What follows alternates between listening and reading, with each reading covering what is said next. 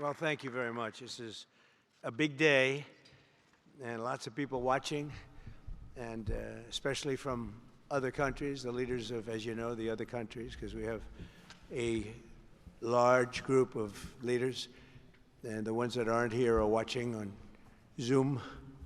I hope they enjoy it. And the press, we appreciate it very much, so respectful. You've been so respectful of what we're doing. What we're doing is very simple, peace. It's called the Border Peace, and it's all about an easy word to say, but a hard word to produce, peace. But we're going to produce it, and we've been doing a really good job, and some of these leaders that are with us have helped me very much during just this first year. We have a first year like probably no other ever in our country, because we settled 8 wars and I think a 9th to come. It's turned out to be a tougher one. I thought that was going to be the easiest one. But with war, you never know what's easy and what's not so easy. But we've had a great relationship, and I've become friendly with so many of the people. And I appreciate you being here. These are great people. These are great leaders. And the people that are watching by closed circuit and open circuit in many cases, they're so proud of it. They want it to be open. But they become incredible friends of mine. And, you know, we rebuilt our country in my first term, and now we're at a point that the United States has never seen before. We broke 50,000 on the Dow. They said that would take 4 years. We broke 7,000 on the S&P. They said you couldn't do that within 4 years. It would be impossible.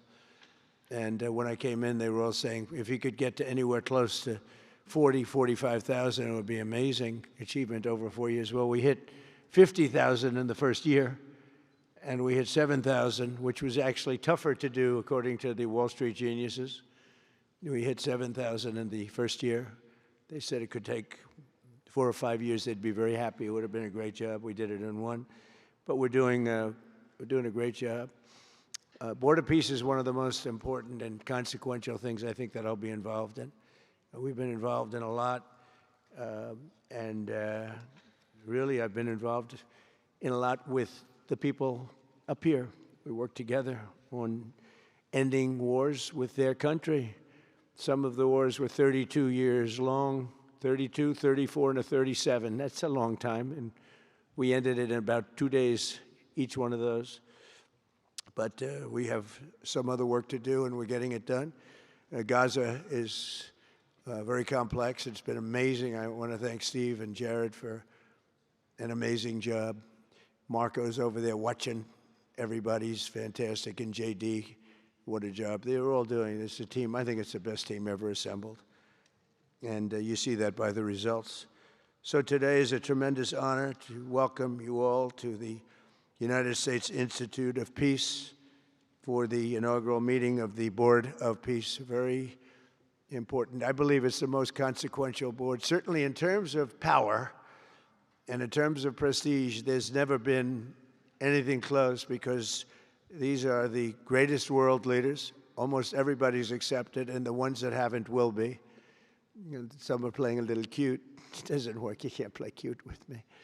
But they're playing a little bit, but they're all joining. Everybody, most of them very immediately. A few that we really don't want because they're trouble. Take care of them. But this is the most prestigious board ever put together. You know, I've seen some great corporate boards. I've seen some great boards, period. It's peanuts compared to this board, because we have virtually everyone is the head of a country other than Johnny, but he's the head of soccer, so that's not so bad, right, Johnny? I like your job the best, I think. And by the way, your World Cup has set every single ticket record in the history of soccer. In the history, nobody's ever seen anything like it. The sales are virtually complete. Nobody's ever seen anything, so congratulations. You made a good decision. We did it together. Thank you, Johnny. Great guy. So I want to thank the many leaders and dignitaries who have traveled great distances and lengths for the important gathering that we're at right now. This building was built for peace, and nobody knew what to name it. And then Marco named it after me. I had nothing to do with it. I swear I didn't. I swear. I had no idea. They said, there's a surprise coming. I didn't know that surprise. I thought they were going to give me a lot of money or something, maybe cash. Could always use some extra cash. But I came, and they stopped the beautiful beast. I got out very safely, I'm sure, and looked up, and there it said, Donald J. Trump on the building. And when I say that had nothing to do, nobody believes it, and that's okay. But I appreciated it. That was Marco and JD and a group got together, and they did that, and I just thought it was very nice. And it makes me work harder. We're going to have to work harder. We're going to have to make this building much more important. It's brand new. They built it for peace, but nobody occupied it. You know, nobody knew what the purpose of it. But the architecture is so beautiful, and it was with the meeting rooms, the reception rooms. It's really amazing. Who would think that it was built without anybody in mind or anything in mind, and then the State Department took it over. They liked it. Marco came over one day. He saw this. He said, this building is great. And he actually claimed it, right? He claimed it. And that's what he does. Where is Marco? I said, Marco, is that true? You claimed this building. You took it away from about 5 groups that wanted it. That was done very quickly, very methodically. But it was really, really built so beautifully in such a beautiful building. But we worked together to ensure the brighter future for the people of Gaza, the Middle East, and the entire world. I think that the Board of Peace, because it's mostly leaders and unbelievably respected people, but mostly leaders of Middle Eastern countries, countries from all over the world, and they've been very generous with money also. And the United States, which I'll say in a moment, is also very generous with money. Because there's nothing more important than peace. And there's nothing less expensive than peace. You know, when you go to wars, it costs you 100 times what it costs to make peace. We have a man at the end right there that's smiling because you learned that after 30 years of fighting, right? 30 years of fighting, we got it done. I want to thank you very much. That was a great thing you did. You and your new friend, they came to my office and they said, I've been fighting for 22 years. Now you're there for 23 years, right? But I've been fighting for 22 years. That's all I've done is fight this gentleman. And his counterpart was there for 7 years. He said, I've been there for 7 years. All I've done is fight this gentleman. And we had it worked out in about 24 hours, right? And it's been a good peace. And I think they've become friends. I'm not sure I'm allowed to say that, but I think so. I think they've become friends, right? Right. Great. Stand up. Stand up. These are 2 tough cookies, too. You think that was easy? It wasn't easy. These are 2 tough people, good people, but tough people. But, you know, we're in the Oval Office, and we were getting near. But the one was at one side of the room. I have 2 chairs right in front of the desk, the beautiful, resolute desk. One's over here. One's on the other side of the room. I said, folks, could you get a little closer? Well, I don't know. They felt very uncomfortable. You know, they've been killing each other for 32 years. So I say, can you get a little closer? After 1 hour, they were right next to each other. We made a deal. They hugged, they signed, and we had peace with 2 very important countries, and I'll never forget it. So they started off a little weak, and they ended up really strong, and you can be very proud of yourselves. It was a beautiful thing to see. Thank you. Look at that. Can you believe it? 32 years. Thank you. Thank you very much. But we're honored to be joined today by Prime Minister Rama of Albania. President, where is President Milei? You're another one, I'll tell you. Where is President Milei? I endorsed him. I'm not supposed to be endorsing people, but I endorse, when I like people, you know, I've had a very good record of endorsing candidates within the United States. But now I endorse foreign leaders, including Viktor Orban, who's here, and others. And I endorse this gentleman, Milei. He was a little behind in the polls. He ended up winning in a landslide. I just endorsed the Prime Minister of Japan. She was in a tight race, but was probably going to win. And she won in the largest number in the history of Japan. So she likes me a lot. But it was an honor, and you're doing great. Oh, look, they're sitting right next, Victor. I think, but ultimately, I think I'm going to end up endorsing. Hey, look, as long as it works, it's okay with me. But the endorsement seems to be working in foreign countries, too, so that's good. But nice to have you both. Victor, nice to have you both. Very proud of you. The Prime Minister of another, really just a great guy, Pashinyan of Armenia. President Aliyev of Azerbaijan. I love saying that name now, you know. At the beginning, it was giving me a hard time. Now I love saying it. It's a beautiful name. I love it. His Majesty, King Hamad bin Essa Al Khalifa of Bahrain. Bahrain. Thank you. Thank you. Where are you? Where are you? He's so rich, he can sit there. He can sit wherever the hell he wants. You know, he could sit up in the corner. He could sit up top. He might take a piece of this building, Marco. He'll take 25% of the building for about $6 billion. Thank you. And you've been very generous also. We appreciate it.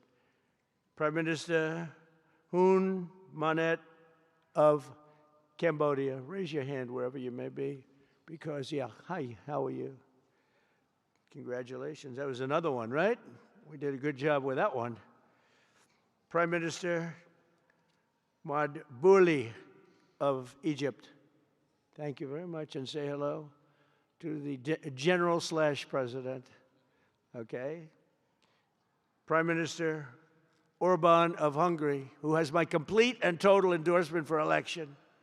Not everybody in Europe loves that endorsement, but that's okay. He does an unbelievable job. He's done an incredible job on immigration, unlike some countries that have hurt themselves, but they're working on it. But I just want to let you know, you have my total and complete endorsement, and I'm putting it out. I already did, but I'm putting it out again. And you're coming up with an election, and I think you should be good. I'll tell you, Millet did pretty well. He was a little down, right? And then he ended up winning in a landslide, so that's pretty good. You're going to do great, Victor. Thank you very much for being here. Appreciate it. You run a great country. A man that I really like a lot is, he's definitely tough. I don't want to fight him. President Prabowo of Indonesia. Thank you very much. Please, this is a big guy. I tell you, I said, how many people in Indonesia? He said, like 240 million. I said, no, say it again. How many? It's a big country you have. And you do a great job and respected by everybody. And thank you very much for being here. Thank you very much, Mr. President. President Tokayev of Kazakhstan, thank you very much. What a country that is. It's a wonderful country and a rich country, in case anybody has any question. We have some very rich people here today. President Osmani of Kosovo. President, thank you very much. Great job you're doing, too. Thank you very much. Prime Minister Sharif, I like this man, of Pakistan, because there was some fighting going on when I got to know him, and your Field Marshal, General, great general, great Field Marshal, a great guy. And I got to meet the Prime Minister. And he said in front of our Chief of Staff, Susie Wells, who's right here, he said, you know, nobody knows this, but I believe that President Trump saved 25 million lives when he stopped the war between us and India, right? You made that statement? I said 25 million lives? Could have been much more, actually. But it was really a beautiful thing. You said that in front of a group of people they walked out. They don't think about it, but you're talking about that kind of lives. That war was raging. Planes were being shot down, right? And it was Pakistan and India. And I got on the phone with both of them, and I knew them a little bit. I knew Prime Minister Modi very well, actually. I got to know Pakistan through a little trade. They were trying to make too good a deal, and I got a little upset with them. And in the end, they got what they wanted, right? And they made a good deal. And I got to like them, the Prime Minister, the Field Marshal, who's a tough man, a tough, good fighter, right? Good, serious fighter. I like good fighters, actually. And when I heard that they were fighting, I picked up a certain newspaper. I won't tell you which one because it's fake news generally. But I picked up this newspaper and I saw that Pakistan and India were really going at it. And then it got worse and worse, and many planes were shot down. It was all out. And I called them and I said, listen, I'm not doing trade deals with you two guys if you don't settle this up. They said, no, that has both of them. They didn't want to do that. I said, no, it has to. If you don't do it, I'm not doing a trade deal. We're not doing a trade deal. And they do a lot of business with the United States, and they sort of softened up all of a sudden. Then all of a sudden I read where there was a little bit of a pullback by one and the other, and all of a sudden we worked out a deal, right? But I said, if you fight, I'm going to put 200% tariffs on each of your countries, which essentially makes you not allowed, you can't do any business. One of them, I won't say which one, said, no, can't do that. They both wanted to fight. But when it came to money, it's not like money. When it came to losing a lot of money, they said, I guess we don't want to fight. And we solved that deal in 2-3 days, right? And we did. We said, these are two very powerful nations. These are two nuclear nations. And I don't want to say what was going to happen, but, bad things happen. So, Prime Minister, I want to thank you because that was a very big deal. People have no idea. A lot of them say, oh, well, they weren't fighting. They were fighting. 11 jets were shot down, very expensive jets. And they were all in. Both of them were all in, and now they're not. And I think we'll always be able to settle up with them. I really do. I think you're going to have, it's a lot of progress was made even in the relationship. And Prime Minister Modi also, he's a great man. He's a great guy. They're all great. But I was very proud of it. President Pena of Paraguay is here. President, thank you very much. Young, handsome guy. It's always nice to be young and handsome. Doesn't mean we have to like you. I don't like young, handsome men. Women, I like. Men, no, I don't have any interest. Good, that's right. Thank you very much. You're doing a great job, too. His Excellency Prime Minister Al Thani of Qatar, just a great man, a great man and highly respected. And he's working with a man who is amazing. I always say he needs a public relations agency because you do so much good and they have you down as evil. And you're not evil. You help us so much and you're such a good ally. And I just want people to know that. And the Emir is incredible, smart as you can be, a great leader. And he cares so much for the people. And he cares so much for the Middle East. So I want to thank you very much and send my regards. Your country has been a great help. So, surprising to some of the people writing out there, but now they'll start changing their tune because it's true. I only tell the truth. Prime Minister Don of Romania, wonderful people. The Romanian people are fantastic people, like you're fantastic. And a lot of them come and work in this country and help us in this country, as you know, and it's they are just really, really solid people. President Mirziyoyev of Uzbekistan, who is where? There he is, and a friend of mine. He's got one of the most difficult names in history, but that's okay. It doesn't matter. Your country's doing great. You're doing great. And just no problems. Every time I see him, nope, we're doing good. No problems. And General Secretary To Lam of Vietnam. Vietnam is incredible as a country and as a force. And it's an honor to have you. A really great honor to have you. A lot of respect. A lot of respect for your country. We'll also want to express my gratitude to Vice President JD Vance, who is a fantastic man. He's a fantastic talent. He was a great student. He went to one school. He graduated. Most people, if you watch some of the people that were at the event in Munich, they didn't graduate quickly from college. They had everything they could do. There was one young, attractive woman. She was unable to answer questions. And she didn't do so well like JD did in college. JD graduated in a 4.5-year college in 2 years. And then he went to Yale and he graduated at the top of his class, went to the military grade. But when he went to Yale, there was one person that was marginally ahead of him, so he married her. Can you believe it? He married the person that was ahead. I don't know. I always like to say JD was first and Usha was second, because I get a little uncomfortable when I say them. But he's been incredible. He's a brilliant guy and a great guy, and he's been my friend. All of our people, we have a fantastic group of people, our cabinet members, everybody, many of them here. But JD's been great. Thank you very much. He gets a little bit tough on occasion. We've got to slow him down just a little bit on occasion. He says his mind. Now, then we have the opposite extreme. We have your friend sitting in the back. Your best friend sitting in the back is Marco. Marco does it with a velvet glove, but it's a kill, right? The result is the same. They do it very differently. And Marco, you really did yourself proud 2 days ago in Munich.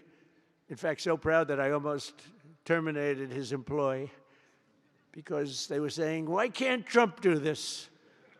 I do, but I say it differently. But Marco, don't do any better than you did, please. Because if you do, you're out of here. But no, I want my guys to do great. And the acclaim he's gotten and the acclaim JD gets is great. We have smart people. And when you see the representatives there, like Gavin Newsom, he didn't know what he was doing. They didn't even know why. He didn't know why he was there. Or AOC, she was unable to answer a simple question. And she could have said, well, I'm studying it, and I'll report back to you next week. You know, you can get away with that. But she just went, it's actually, I think it could be a career-ending answer, because for 25 years, anybody running against her, I think Susie is going to use that little piece of stuff. It was not good. It was not good. That was not a natural. So I want to thank JD. I want to thank Secretary of State Marco Rubio. They're extraordinary. I want to thank Special Envoy for Peace, Steve Whitkoff, who has been unbelievable. You know, I took Steve because I was a developer in New York, really successful, actually much more successful than Steve, but I don't want to say that. I'm not going to say that, Johnny. I refuse to say it. But I saw something in Steve. Steve's a great negotiator. Everybody loved him. All these developers, and they're tough. You know, New York developers tend to be on the tough side.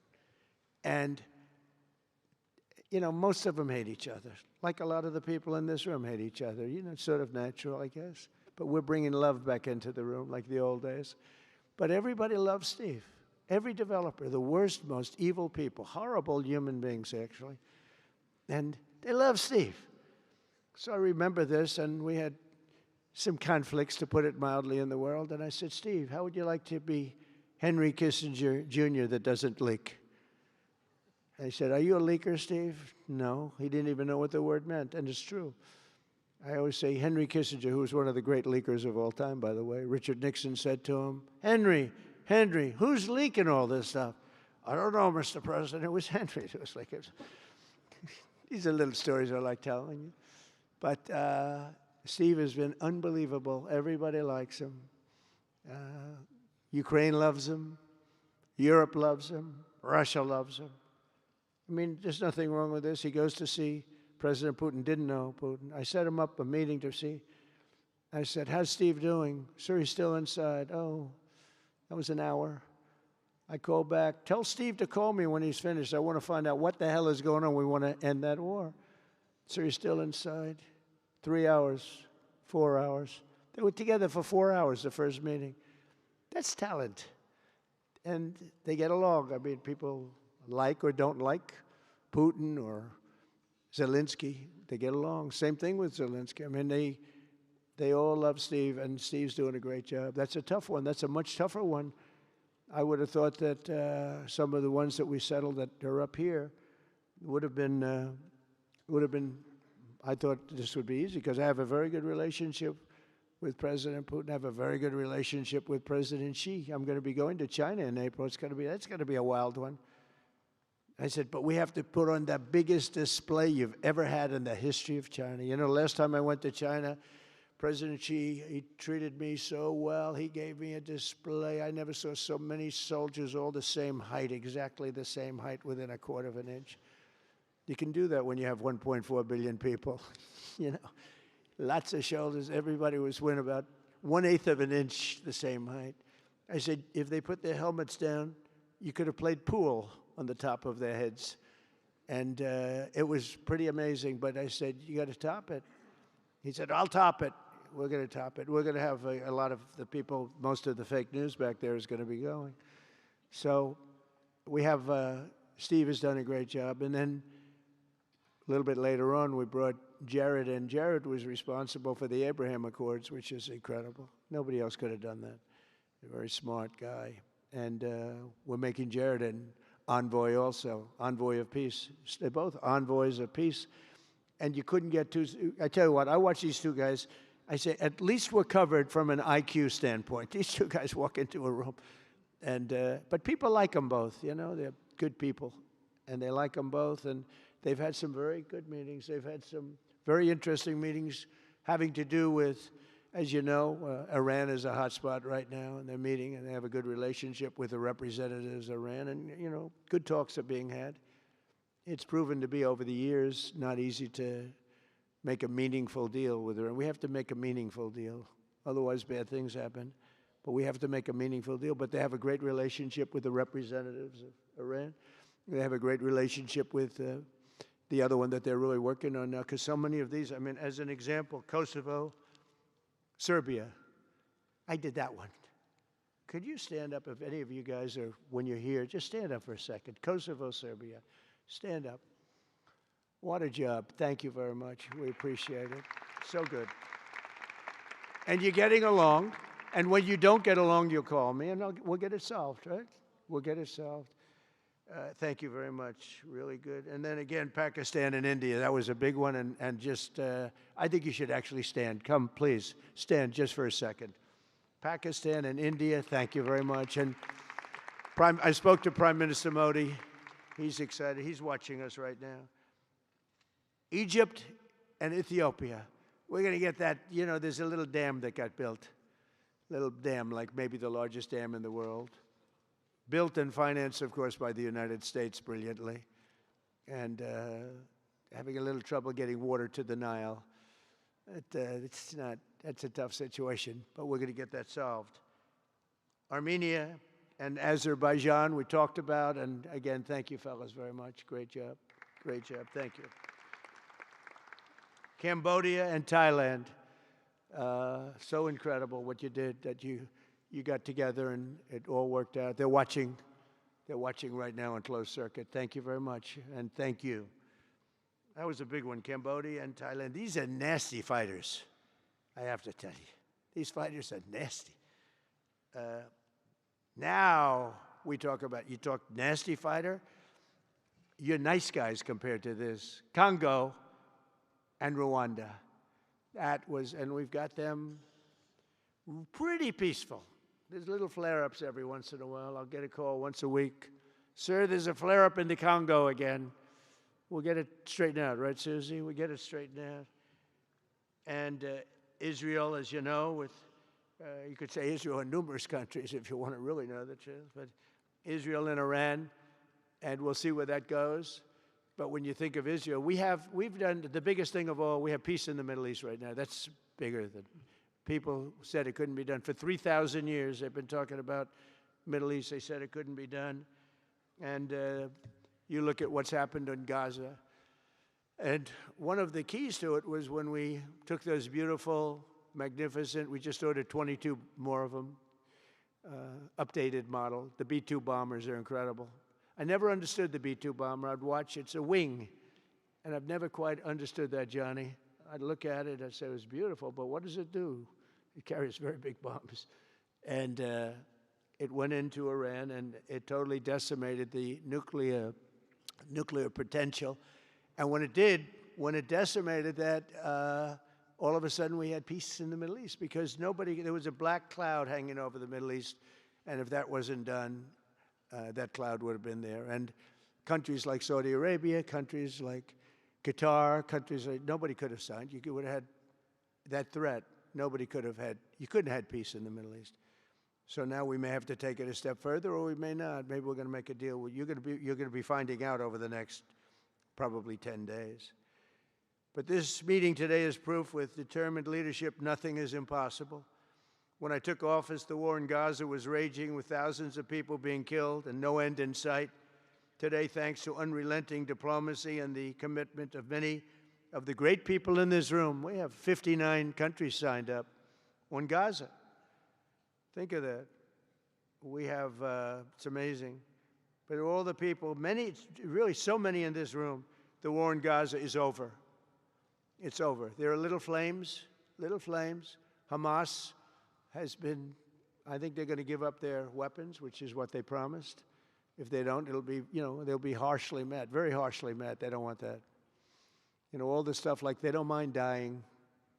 They told me that's not true. Everyone said, oh, they don't mind dying. No, they don't want to die. They said, we don't want to die. People don't want to die. The ceasefire was held, and every last remaining hostage, both living and dead, has been returned back home. Think of that. That was an impossibility. And we did hundreds of hostages, but the last 20, and I always said to Steve and Jared, I said, the last 20 are going to be very tough, very, very tough. And we got them back. We got the living back, and then we only got about 16 of the dead, and we said, well, you got to get them all. You promised them all. And they dug and dug and dug. You can imagine it's a job that's brutal. And Hamas really did a lot of that work. And you got to give them credit for that. They brought the last one home a week ago, and we got all 28 of them, living and dead. The amazing thing, because I've never seen anything quite like it, the parents of the dead, they knew their boy was dead. This case, boys, all boys, men, but to the parents' boys. They knew their boy was dead. They wanted that dead body as much as if he were alive. And when they got them back, there was great sadness, but there was great joy, too. They wanted it as much as the people that got their sons back alive. But we got a lot of people before those 20, Steve, what nobody talks about. But, hundreds of people. We did a good job, and you guys did a fantastic job. I want to thank every nation that helped us achieve this monumental breakthrough, saving countless lives, and really bringing peace and bringing the concept of peace, because nobody thought peace in the Middle East. I've always heard peace in the Middle East is impossible, and it's turned out not to be. And we do have some work to do with Iran. They can't have a nuclear weapon. It's very simple. You can't have peace in the Middle East if they have a nuclear weapon. And they can't have a nuclear weapon, and they've been told that very strongly. Since the hard-won ceasefire of last October, the United States and our partners have facilitated the delivery of vast amounts of humanitarian aid, numbers that nobody's ever seen before. In November, the United Nations Security Council unanimously approved the Board of Peace. And last month in Davos, we welcomed over 24 members to this very important new organization. And we are very closely working with the United Nations. In fact, I'm going to speak to the Secretary General in a little while. He's a good man. And I've had a good relationship. Other than in my last speech, they did turn off my teleprompter. I got up there. My teleprompter didn't work. I'm sitting in front of all of you people and more. I had no teleprompter. I knew I was in trouble because I'm walking up. The teleprompters are over here. I had the most beautiful speech ready. I was all set to knock them dead. First, I had an escalator that stopped. You know that. It's going up. Boom. It's lucky my movie star first lady was in front of me because I put my hand on a certain part of her body, and I was able to stop my fall. Otherwise, because she had no trouble. I said, boy, that was a very sharp stop, Johnny. So I said, that was strange. I've been on a lot of escalators. It's never happened before. Usually it stops very slowly. This was just boom. But our First Lady was right in the proper location for me. I'm waving to people, and she was holding on a little tighter. She knew what was happening. She did. She said, that's a very successful movie out right now. Like, #1. Can you believe this? And she's a big movie star. And I always say it's trouble because I always say there's not room in one family for 2 stars. I told her that. We can't have 2 stars in one family. So I don't know what that means, but it's not good. But it is good because we're proud of her. She did people in the United States love the First Lady, and she did the movie, and it's become the biggest selling documentary in 20 years. Can you believe? The theaters are all packed. Women especially, they go back and they see it 2 or 3 times, 4 times. But together we're committed to achieving a Gaza that is properly governed throughout. The whole area is going to be, so many countries that have really nothing to do with the Middle East, but they're maybe somewhat close by. They're all involved. They want to go in and fight. They tell me all the time, we'd like to send soldiers to fight if it's necessary. And I don't think it's going to be necessary. We have 2 countries that want to go in and do a number on Hamas. I said, I really don't think I hope it's not going to be necessary, because they made a promise, and they promised me get rid of their weapons. Looks like they're going to be doing that, but we'll have to find out. But it's no longer a hotbed of radicalism and terror.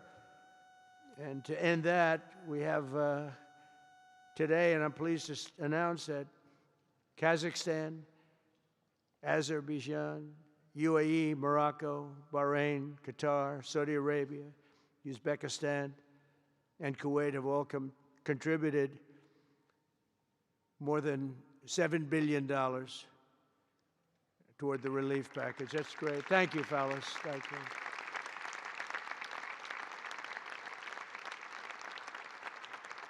And many more are contributing too. So the numbers are, this just started. This is our first meeting. But every dollar spent is an investment in stability and the hope of new and harmonious. It's a region that's so important. It's so vibrant. It's so incredible. The people are so incredible, but we want to have a harmonious Middle East. The Middle East is amazing. So many friends in the Middle East. They're so smart. Sometimes they're too energetic. That's the problem. A lot of people aren't energetic. Sometimes they're a little bit too energetic. These are great people. The world is now waiting on Hamas, and that's taking place. And it's the only thing that's right now standing in the way. We have Lebanon with certain things that we're working on that are very important.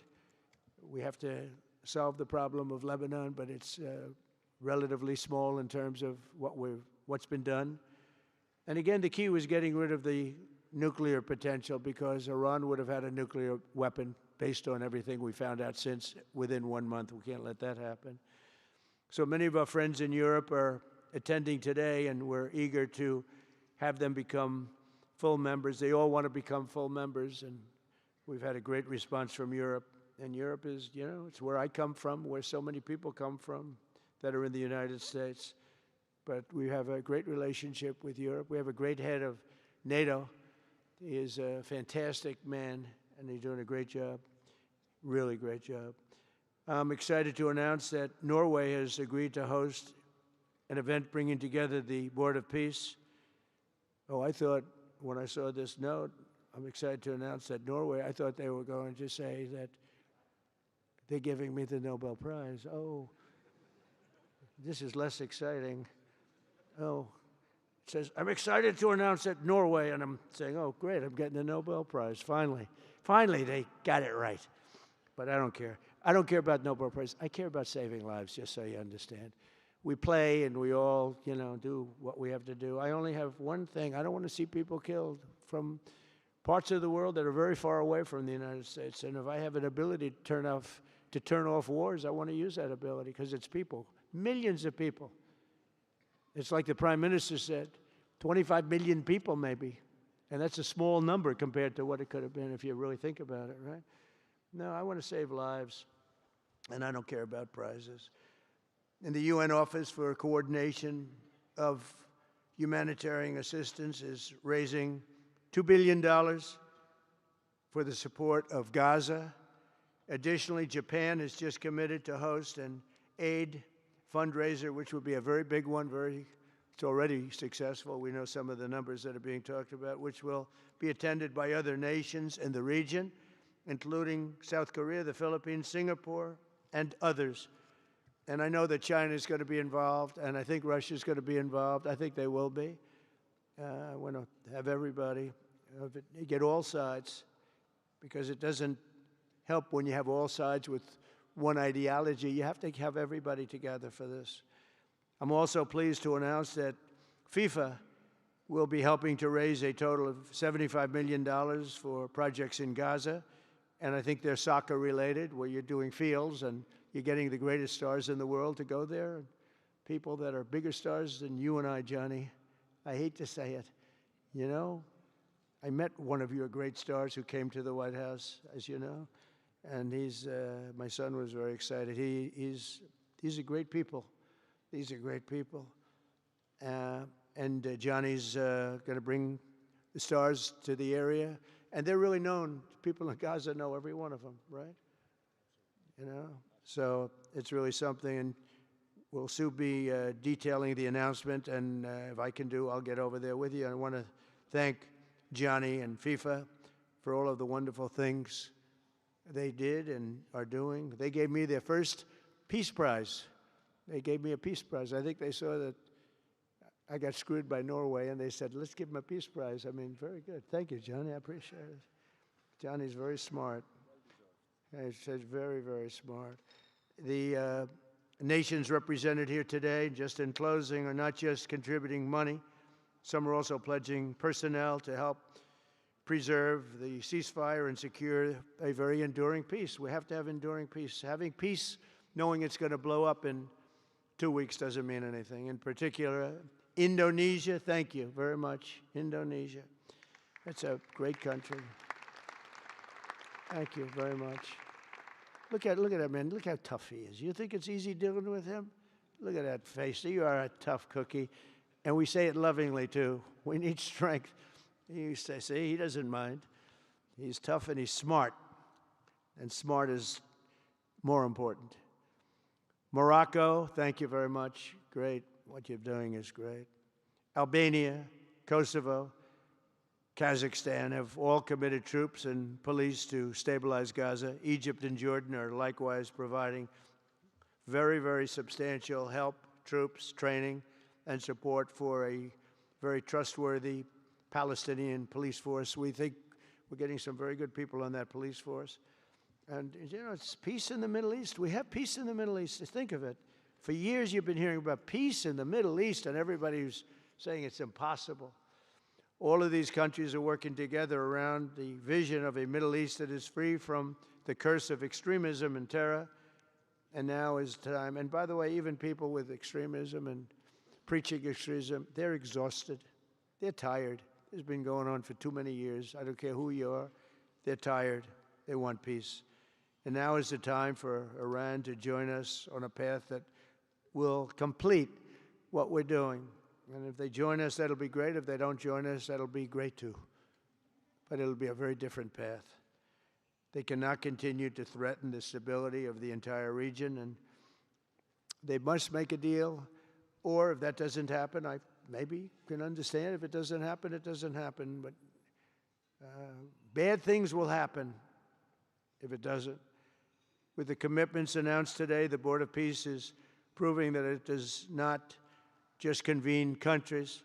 It devises and implements, and real solutions happen. We've come up with solutions. This is so little talk. This is very little talk, all action. First time, it was always talk in the Middle East. People would talk about peace in the Middle East, and then they'd go home and they'd never even think about it again. Nothing would happen. We're providing a model for how responsible sovereign nations can cooperate to take responsibility for confronting problems in their own regions.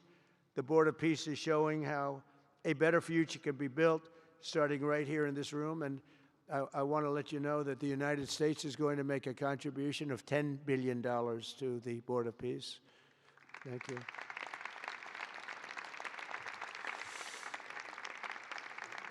And we've had great support for that number. And that number is a very small number when you look at that compared to the cost of war. That's 2 weeks of fighting. It's a very small number. It sounds like a lot, but it's a very small number. So we're committed to $10 billion. Together we can achieve the dream of bringing lasting harmony to a region tortured by centuries of war, suffering, and carnage. They say 3,000 years. And hopefully we can lift up the eyes of the world to envision how other intractable conflicts can be settled. So many conflicts, they say, are impossible to settle, and we get them settled. We got, of those 8 that we settled, most of them were said to be not settleable. And they not only got settled, they got settled within days. More impossible problems can be solved as we go along this very beautiful path. I think it's a beautiful path. I think it's such an important day. Even the weather's beautiful. We walk in, it's beautiful. Everything's beautiful. But the ancient wounds can be healed, and they are indeed ancient. This has been going on for so many centuries that our entire planet will be a better, safer, more beautiful, and more peaceful place for us all. We're going to be working with the United Nations very closely. We're going to bring them back. I think the United Nations has great potential, really great potential. It has not lived up to potential. The 8 wars, I never even spoke to them about one of them, and I should be speaking to them about all of them. Someday I won't be here. The United Nations will be, I think, is going to be much stronger. The Board of Peace is going to almost be looking over the United Nations and making sure it runs properly. But we're going to strengthen up the United Nations. We're going to make sure its facilities are good. They need help, and they need help money-wise. We're going to help them money-wise. And we're going to make sure the United Nations is viable. And you have some very good people at the United Nations, can do a good job. But as I said, I've said it for years, United Nations has tremendous potential. A lot of people didn't like when I said it. They said, oh, you shouldn't say that because, you know, we don't care about the United Nations. No, it's really very important, and I think it's going to eventually live up to potential. That'll be a big day. So I want to thank everybody for being here. You're my friends. You're great leaders. You're great people. And I can honestly say, you know, you're strong leaders, you're tough leaders in many cases, and every single one that I'm looking at that's right here, I've gotten to know and I've gotten to respect, and really you're friends of mine. And if I can help you at all, you let me know. But this is going to be something, the Board of Peace will be something that, the likes of which I don't think anybody's seen before. And thank you all very much. It's a great honor. I'm going to ask JD Vance to come up and say a few words. Thank you very much.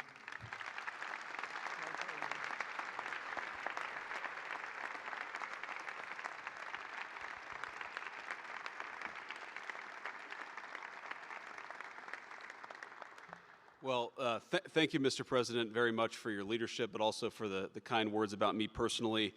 I knew exactly what I wanted to say, but then after the President said that I was so smart and that I didn't want to repeat our Congresswoman who froze for 20 seconds over in Munich, now I'm tempted, sir, just to freeze for 20 seconds and just stare at the cameras, and maybe they'll say nice things about me like they do about Congresswoman Cortez. But I have 3 very brief messages. First of all, to the President of the United States, but to the entire team, to Marco, to Steve, to Jared in particular, who've done such an incredible job. I think what this Board of Peace represents is a recognition that if you actually have a President of the United States and a team that's committed to diplomacy, it can actually work. When I look at what happened to Israel on October the 7th, all those innocent people who were murdered, the fact that you had all of these hostages, and of course, a terrible war that came from it, I remember thinking to myself, how is it ever going to be possible to get these hostages home safely, to make it possible for the people of Gaza to actually have a reasonable future, but also to ensure that Israel is never attacked again? It turns out the answer was you just needed a president who was committed to the effort and committed to the work, and that's what we had, thankfully, under the leadership of this president. And you got to make peace, but then you have to make the peace stick. And that brings me to my second point. That's what the Board of Peace, I think, is fundamentally about, is making the peace stick. And it's an incredible thing that you guys have all done. So to all of the leaders gathered here today who are investing in the future, who are investing in peace, we're grateful to you. We're grateful for your partnership. And in particular, I think to the President of Azerbaijan and the Prime Minister of Armenia, who I just saw last week, thank you all for making it possible and for showing what real leadership can accomplish. When you set aside weapons and killing and destruction and invest in your people and invest in prosperity, it can create great things. So thank you both for what you did. I think it showed great leadership. And finally, to the American people, I think it's important that the American people recognize why we're here today. And the reason that we're here today is, yes, to save lives and yes, to promote peace, but this creates incredible prosperity for the American people. The countries represented here represent trillions of dollars of investment in the United States of America that would not have been possible without this president's leadership and advocacy for peace.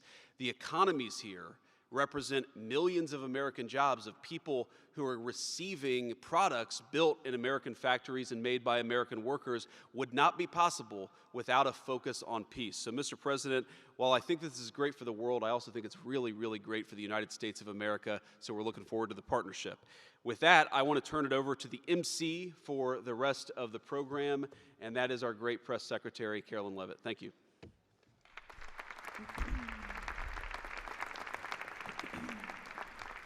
Well, congratulations, Mr. President and Mr. Vice President, for convening the first ever Board of Peace meeting, and we will now hear from our Secretary of State, Marco Rubio.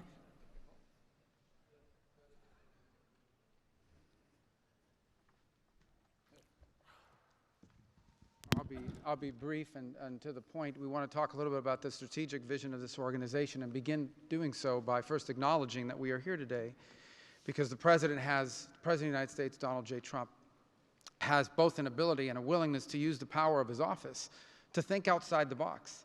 And that's why we're here today. This was a very unique crisis in Gaza, one that the existing international institutions could not solve or figure out. It needed a very specific type solution that required the partnership of all the nations that are here, including those that are here on an observer status. And we appreciate you coming today and being a part of this as well. And that's the point I want to drive home today. And soon you'll hear from Steve and Jared, who, by the way, deserve an incredible amount of credit for pulling this together and working countless hours and traveling all over the world. They truly deserve our appreciation and thanks for the work they've put in under the leadership of President Trump to make this possible. This Gaza situation was impossible to solve under orthodoxy, under existing structures. And so what we did is they went to the UN, and they got the UN's approval to put this group together and bring these nations together to come up with a very specific solutions to a very unique and specific problem. We have a long ways to go. There's a lot of work that remains. It will require the contribution of every nation state represented here today, and we thank you for being a part of it. And we hope that this can serve as a model for other complex and difficult situations so they can be solved in the same way. But right now the focus is on this one. We have to get this right. There is no plan B for Gaza. Plan B is going back to war. No one here wants that. Plan A, the only path forward, is one that rebuilds Gaza in a way of enduring and sustainable peace where everyone can live there side by side with one another and never worry again about returning to conflict, to war, to human suffering, and to destruction. And again, Mr. President, thank you for having the vision and the courage to pursue something that has never been done before, and we're not done yet. And thank you to Steve Whitkoff and Jared Kushner for the time and the work they put into this. And thank you on behalf of the State Department and the U.S. government to all of the nations that are here. Every one of you is indispensable, including our observer partners, who we hope can find your way to join us at some point as officially part of this. But we are grateful for the fact you're here today and the contributions you've made already. Thank you.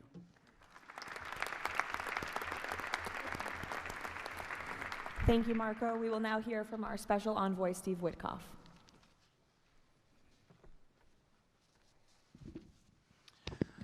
Thank you, everybody, for being here. I don't know if we ever believed that this was possible when we first started envisioning a board of peace, but of course, under the President's indispensable leadership, and it begins with that. It begins with President Trump's leadership and his direction.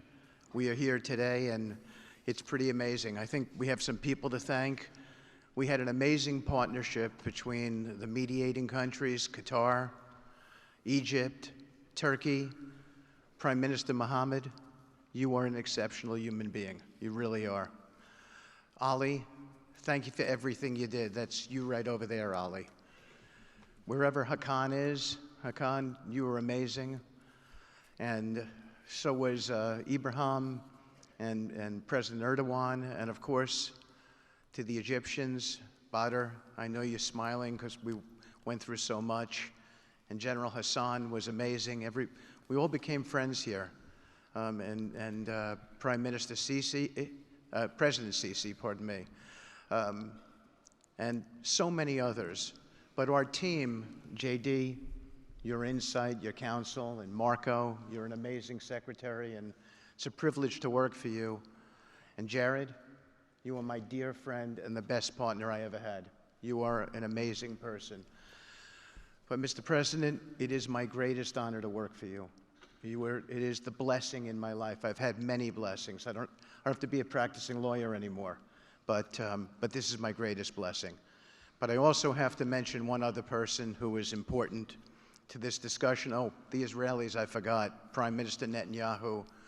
Without him, much wouldn't have been accomplished as well. And that's really important that we acknowledge him here today, and Ron Dermer. But a person who doesn't care much about the acclaim we have to acknowledge too, and that's you, Susie. Because I would come back and you would say to me on every trip, what can I do for you? This matters. And you are an inspiration for all of us. So I thank everybody, and let me get on to, am I going on to the next slide? Sure. Caroline? Sure. Okay. So with regard to the hostages, we're here today, again, I say it, I know it sounds redundant, but we're here today because of President Trump. Without him, none of this was possible. There were 251 hostages. 168 came out alive. 83 bodies were returned to their families so that they could grieve and remember their loved ones like in a normal way. In a way that brought their families together. So that was just as important. This was a monumental effort, and I want to tell a story about the president. Every time a hostage family came to visit with us, they were not on the president's schedule. I would walk down to the Oval Office, I would tell the president that there was a hostage family here, and he would say, Steve, bring them up. Every single time. Mm-hmm. And when we got the last 20 out, we had a celebration at the White House, and I could see the emotion on the president's face. And he came up to me and he said to me, I have to tell you, this is my 5th year in the Oval Office, and I don't know that I've ever had a more special time than this moment with these people, seeing them come home.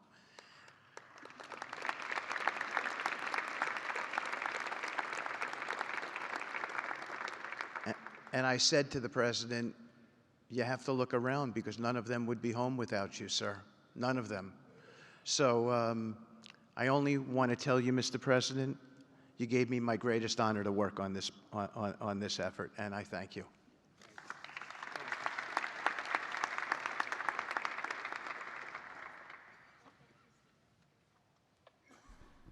Thank you, Steve. Now you're going to hear directly from the team that has been tasked with implementing President Trump's 20-point plan for Gaza, beginning with our ambassador to the United Nations, Mike Waltz. Thank you, and thank you, Mr. President, Excellencies. First, let me wish everyone a happy and prayerful Ramadan. Thank you so much for joining all of us today. Mr. President, Excellencies, bottom line, humanitarian aid has absolutely surged since the Gaza war ended. Our Central Command, our great military, is working together with Israel, with the UN, so many countries here to coordinate the aid, to make sure there's deconfliction. Over 70 countries now are participating in our Civil Military Command Center, and here are the results. Aid is up. 4,200 aid trucks have entered Gaza each week for 13 consecutive weeks, the longest stretch of high-volume assistance to Gaza in years. Diversion is down significantly from prior to the ceasefire, with less than 1% diverted this month. Food supplies are way up. We are reaching the full 2.1 million Gazans with aid, up 5 times from the delivery levels before the ceasefire. The percentage of households experiencing severe hunger has dropped from about 30% to down to 1%. As of this past February, drinking water has doubled, and child malnutrition has been cut in half. If we could go to the next slide. Mr. President, only under your leadership and this great team could we bring together the United States, Israel, Egypt, Jordan, the UAE, the United Nations agencies.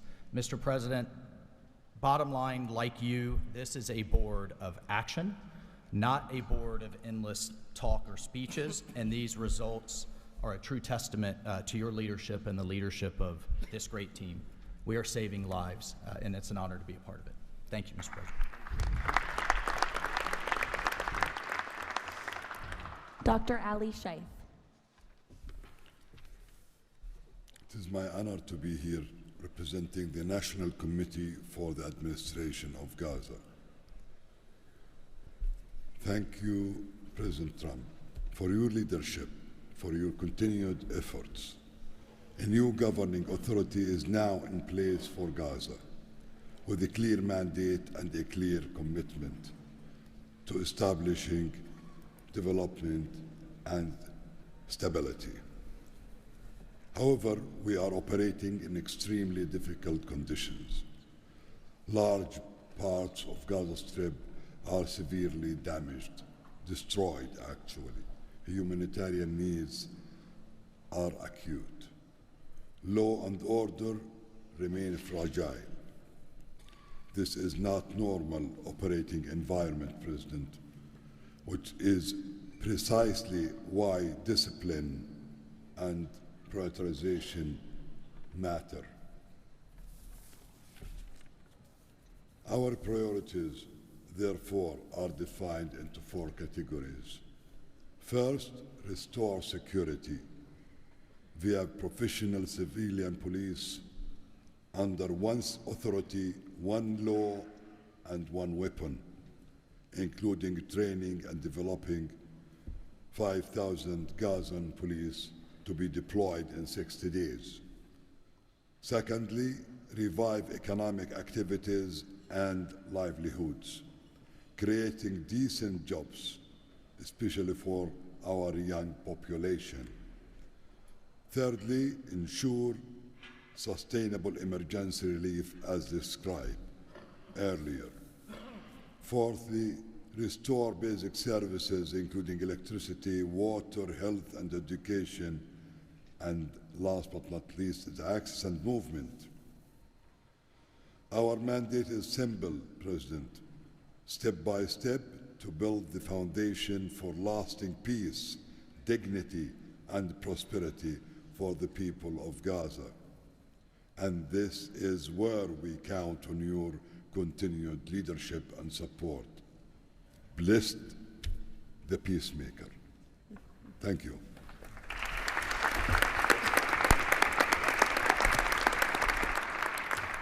Thank you. Now, Nickolay Mladenov. Thank you, Caroline, and thank you, Mr. President.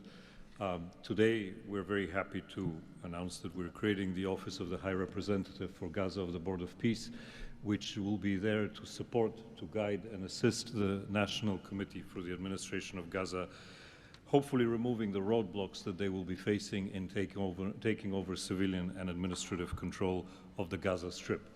We plan to work in full transparency under the guidelines of and supervision of the Board of Peace and the Executive Board. And of course, we will do that in great coordination with the Israel and with the Palestinian institutions, who we both require to make this work on the ground. And certainly with my very good colleague here, General Jefferson, the International Stabilization Force that is coming together. Mr. President, if I can actually use the opportunity to announce some breaking news that as of this morning, we started the process of recruiting Palestinian police force that Ali was just referring to. And just in the first few hours, we have 2,000 people who have applied to join a new transitional Palestinian police force to be formed in Gaza under the authority of the National Committee, with the support of the Board of Peace, trained in Egypt, where we have received an excellent proposal of how to do that forward. And this is critical to what we need to do as we begin this process. And if we may move to the second slide. It is this Palestinian security force, under the authority of the National Committee for the Transition Period, that will allow us to ensure that all factions in Gaza are dismantled and all weapons are put under the control of one civilian authority. The only way to do that is the full implementation of the 20-point plan and the UN Security Council resolution, which binds us all to make sure that that is the way forward. We have now a fully agreed framework with the mediators on how to do this, and I thank very much the state of Qatar, Egypt, and Turkey for their excellent support in this. We now need to move forward on communicating it and negotiating the details of the implementation plan with the factions on the ground. But rest assured to all of you that we're on the right track, and if I can ask one thing of all of us, is to make sure that we have one message. There is no other option except the full demilitarization and decommissioning of all weapons in Gaza for reconstruction to begin and for people to have a new way of life going forward. Thank you.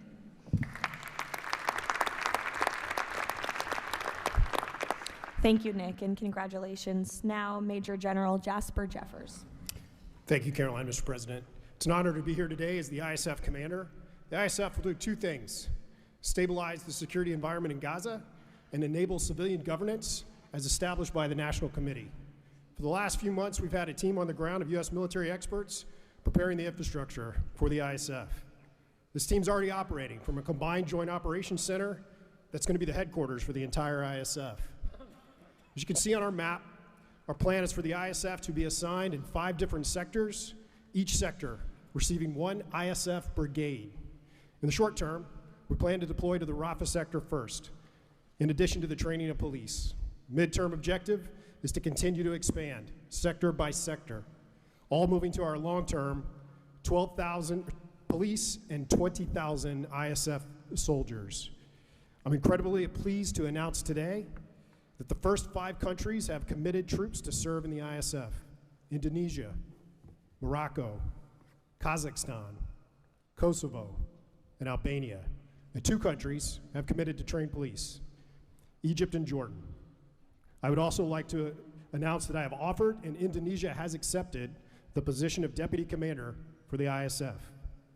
With these first steps, we will help bring the security that Gaza needs for our future prosperity and enduring peace. Thank you.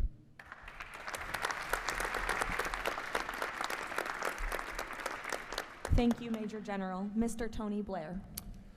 For decades, Gaza's governance has been characterized by extremism, corruption, ineffective institutions, and the complete absence of a route to prosperity for the Gazan people. Yet, as President Trump recognized, its potential has always been vast. 25 miles of Mediterranean coastline, proximity to great regional and global markets, and a young, dynamic population with a median age of 19. So today we set out profound changes necessary to rebuild Gaza for Gazans. Gaza not as it was, but as it should be, including its governance. Effective public institutions serving the people, a business environment where enterprise flourishes, an education system educating the young for tolerance and achievement, and a tech-enabled society making the most of the digital revolution. This is a vision of Gaza as part of a Middle East at peace. Not a phony piece of declarations no one means and agreements no one intends to keep, but a genuine commitment to a region where, whether you're a Muslim, Jew, Christian, of any faith or none, you can rise by your own efforts and feel your government by your side, not on your back. That is the vision behind President Trump's 20-point plan for Gaza, and it remains the best, indeed the only hope for Gaza, the region, and the wider world.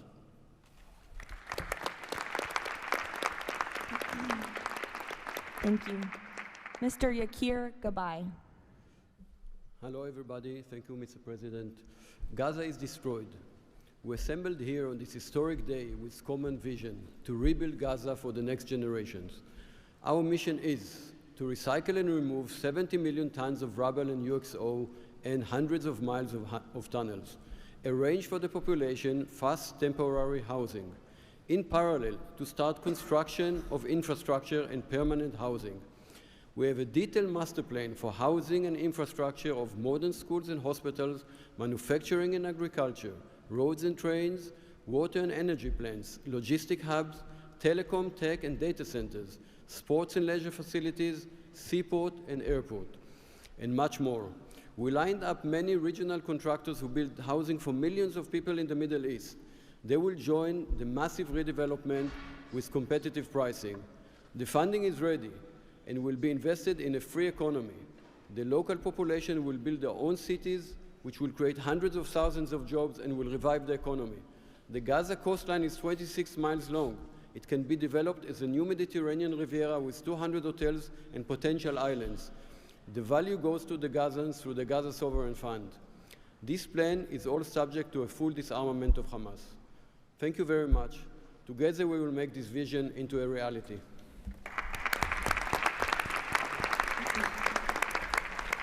Thank you. Mr. Liren Tanman. When we asked the NCAG what Gaza needs to unlock its potential, the answer was clear. Reconnect Gaza to the world, digitally and economically, and replace corruption with an open, tax-free system. Gaza was once a vital trade hub between Asia and Europe. Reconnection is a return to its roots. Even the word gauze comes from Gaza, where silk was woven and exported to Europe. So, we brought together Palestinian, Arab, and American partners to deliver practical solutions. By July, Gaza's 2G network will be upgraded with free, high-speed access to essential services. The NCAG is building a secure digital backbone, an open platform, enabling e-payments, financial services, e-learning, and healthcare with user control over data. This effort is supported by our regional partners, and I believe you will hear some exciting news from them on that later today. In parallel, we're advancing an Amazon-like logistics system to help Palestinian launch businesses import globally and trade securely. This will lower prices, drive growth, and help transform Gaza into an open, transparent, corruption-free economic zone. Thank you. Thank you. Mr. Mark Rowan. Mr. President, distinguished leaders, the goal is simple. Take the momentum all of you have provided and build it into something that is not just temporary relief, but something that provides a long-term foundation that will enable many of the goals we've spoken about today to be achieved. We plan to do this by gathering Gaza's productive assets in one unified structure. This will allow independent, professional, conflict-free management of the resources to benefit the Gazans. This will also enable expeditious planning and zoning and not fragmented projects that do not contribute to an economic whole. The potential here is tremendous, but it has to start somewhere.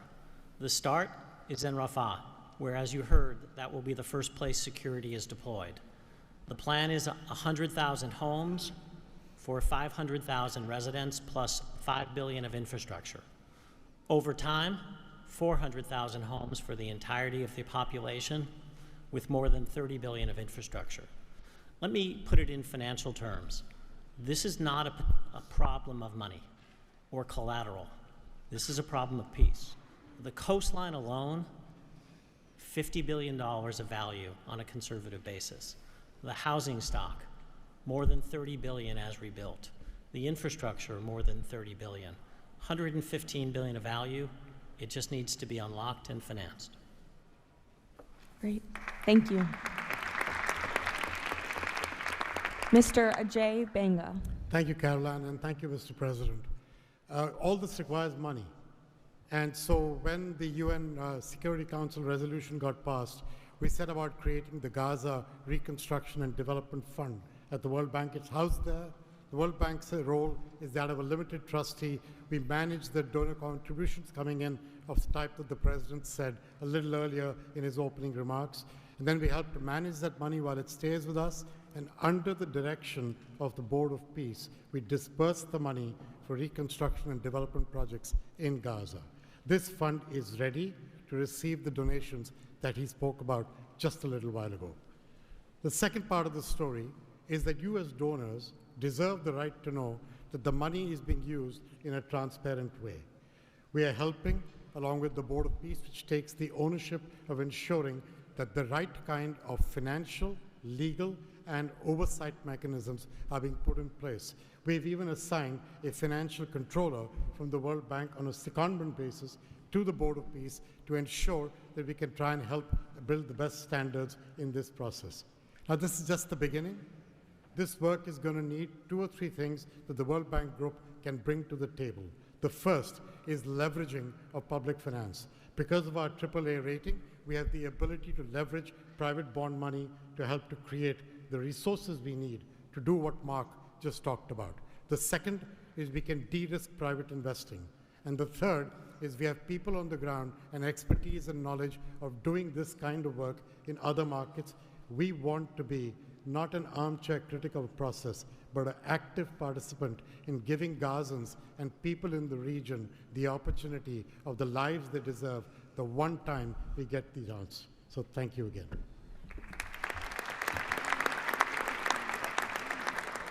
Thank you all for your tremendous work. Before we turn it over to many of the distinguished leaders who are here today, we are going to hear from Mr. Kushner to talk about the future of the Board of Peace.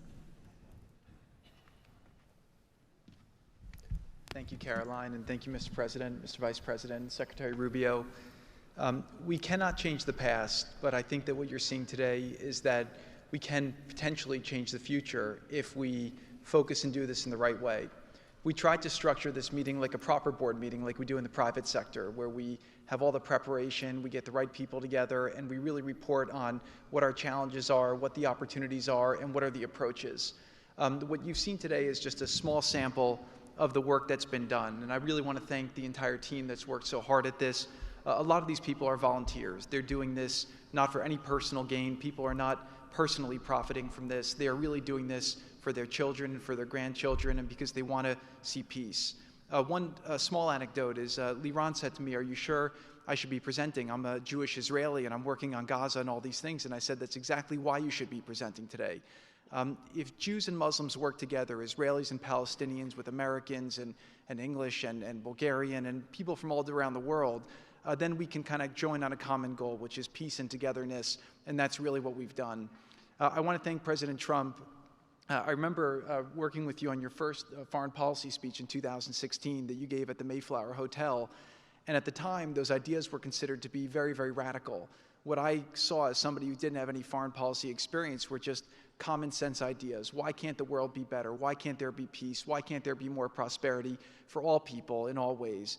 And I think over the last decade, you really have changed the way that the world thinks about a lot of these things. And I think that this organization is bringing a new approach and new ideas and new people together in order to effectuate it. I'd really like to thank all the countries that joined on very early. I see this as a very self-selecting group of countries that really believe that the future can be different and wanted to join in partnership and put their reputations and their resources and their time and their ideas on the way to say, these are the challenges we're putting into that we're solving in our own countries. We want to come with new ideas because we've achieved success and we believe that the world can be better in that regard. So I don't have to go through these slides in great detail, but we've secured today, even without the president's amazing commitment, over $7 billion. As Mark said, we don't really have a resource issue here, although we are going to need everyone's support. We just need to be executing and doing this in a good way. We've dealt with the humanitarian issue. We've returned the hostages.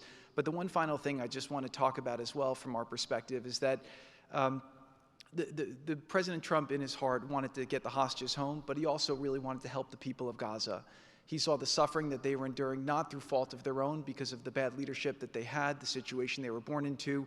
The war was a horrific, horrific situation. And I think through this process, thanks to Ali and the committee, we are now here to fully support the committee. We are here to help the people of Gaza, to lift them up and give them every opportunity to succeed. And we really see this as a partnership with them and with the Israelis to see if we can create an environment that can be peaceful, that can be functional, that can offer people the opportunity to really live a better life. And I think you've seen some of the work today, and hopefully we'll be successful. Like I said, the last one, failure is not an option. option, and we have to really push forward and keep finding ways to succeed with this. So really thank you, President Trump, Vice President Vance, and Secretary Rubio, and obviously Steve, who's been, like he said about me, I feel just about him.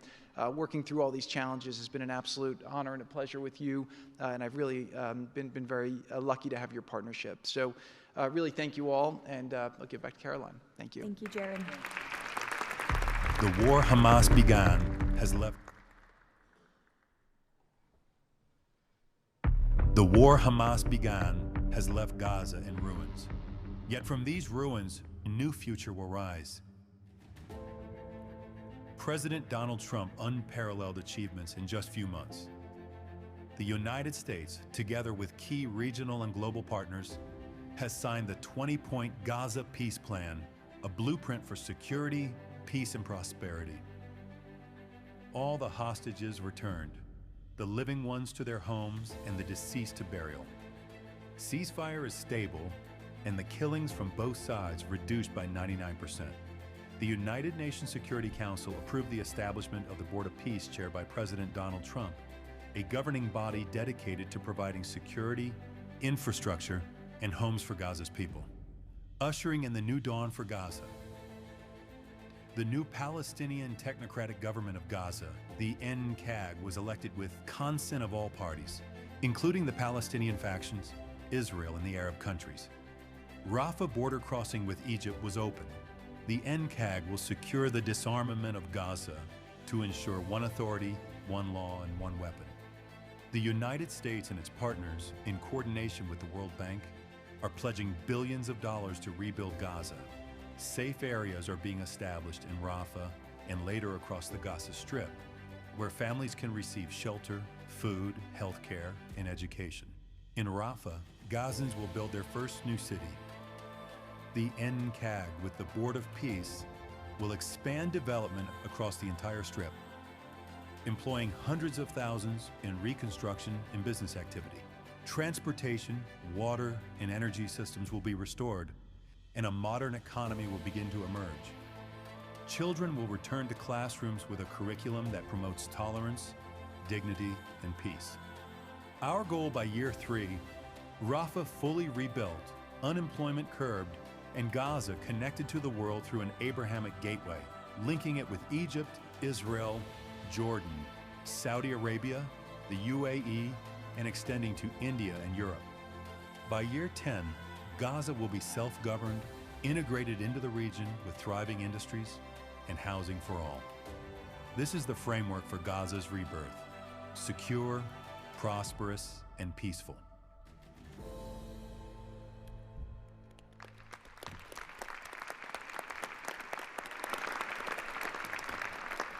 It's amazing.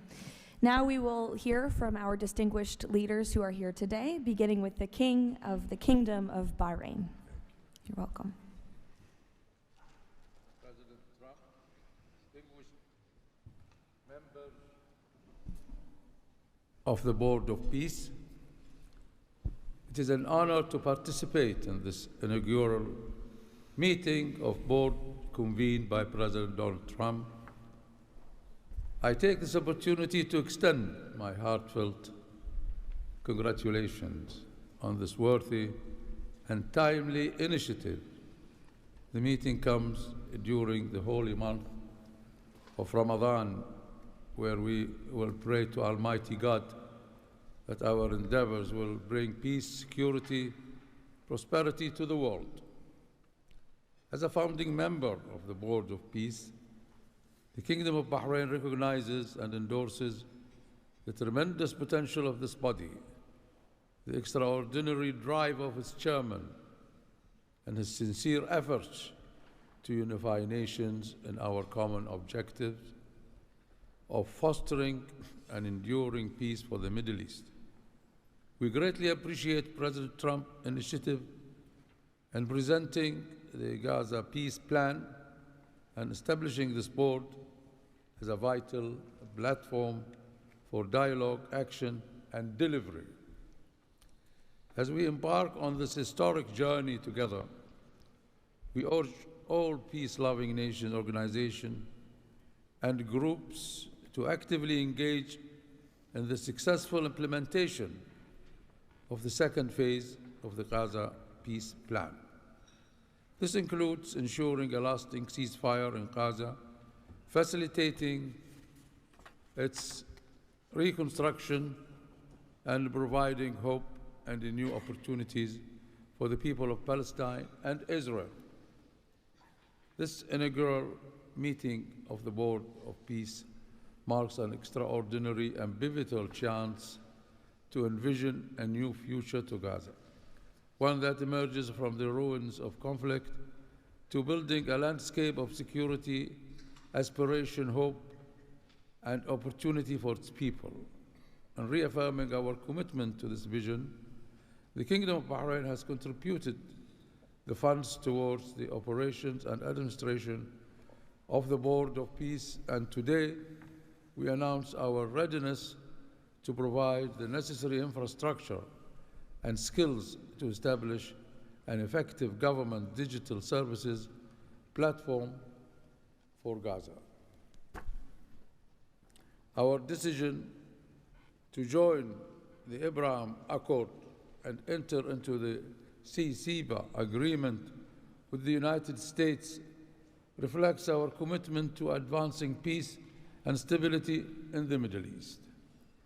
The United States' historic and ongoing presence in our region has served as a positive force for stability, and we remain dedicated to strengthening our partnership. We look forward with optimism to working with the Board of Peace and all of our international partners who share our ambitions for a brighter future for all. Thank you, Mr. President.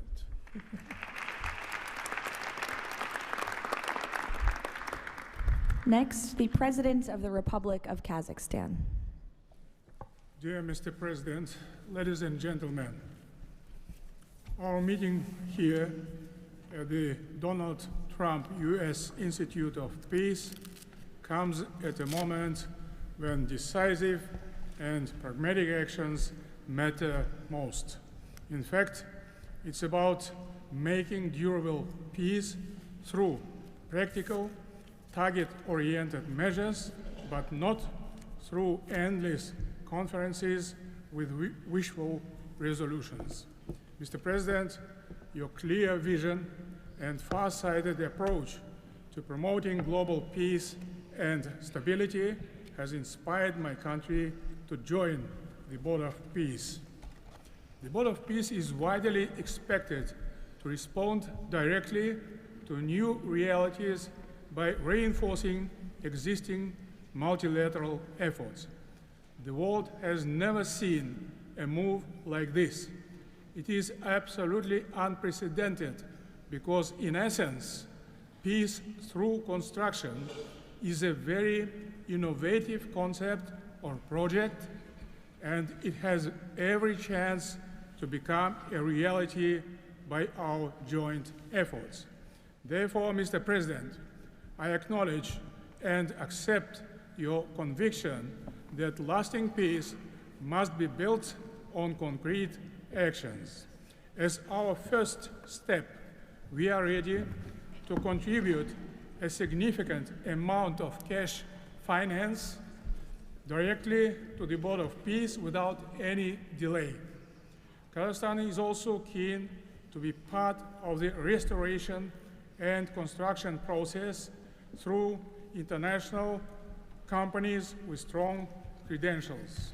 The program, mostly funded by our government, may include the construction of infrastructure, housing, residential complexes, schools, hospitals, and other important civilian facilities, as well as the rubble clearance. We pledge to fully accomplish our financial commitment toward the board.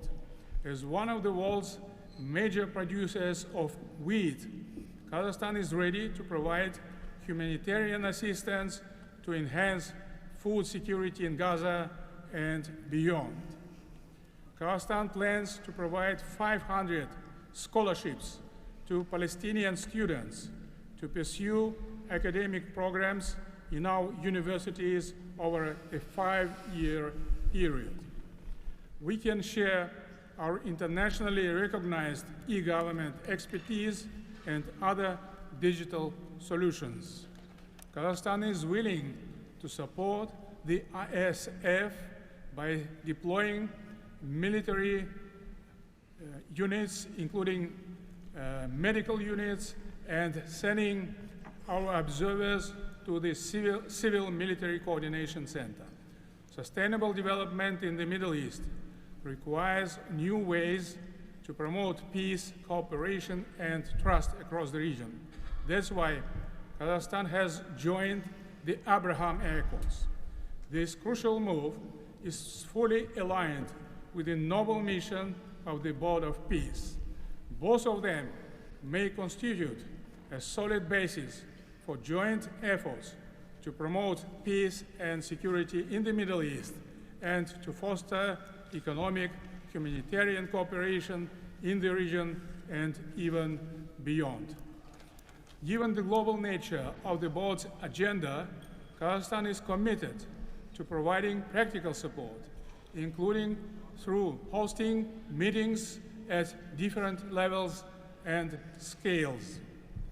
I also would like to propose to establish a special President Trump's Award of the Board of Peace to recognize his outstanding peace-building efforts and achievements. I am confident, Mr. President, that under your strong leadership, the Board of Peace will successfully deliver its great, noble mission. Thank you.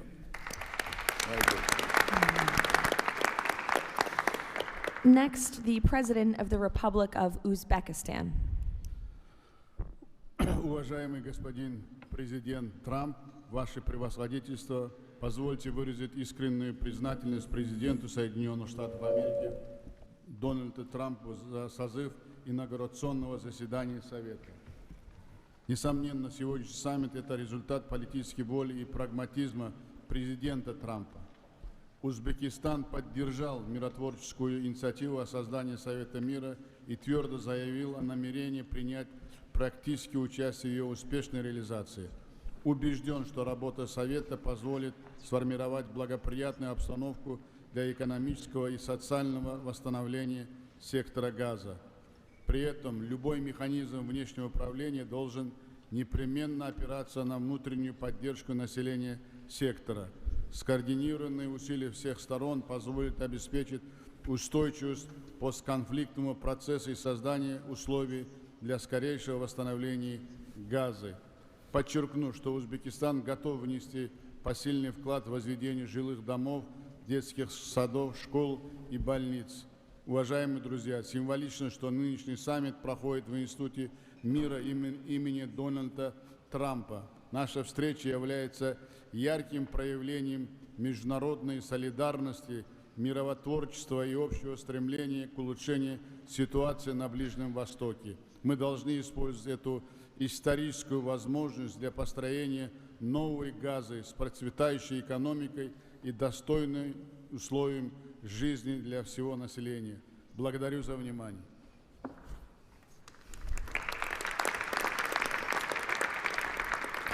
The President of the Republic of Indonesia.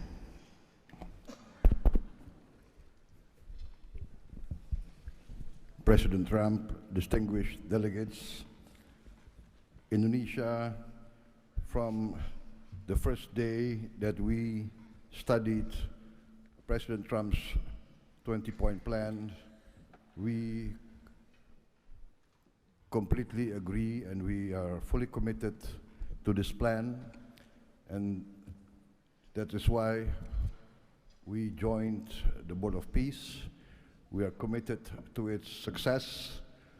We know there will be a lot of obstacles, there will be a lot of difficulties, but we are very optimistic. With the leadership of President Trump, this vision of real peace will be achieved. There will be problems, but we will prevail. We will achieve our dream of peace in Palestine peace, a lasting and peaceful solution for the Palestinian problem and in Gaza. The achievements of the ceasefire is real. We commend this, and therefore we reaffirm our commitment to contribute significant number of troops, up to 8,000 or more if necessary. We are prepared to contribute the troops to take part actively in the international stabilization force to make this peace work.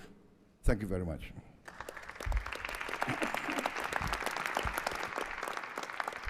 The President of Romania.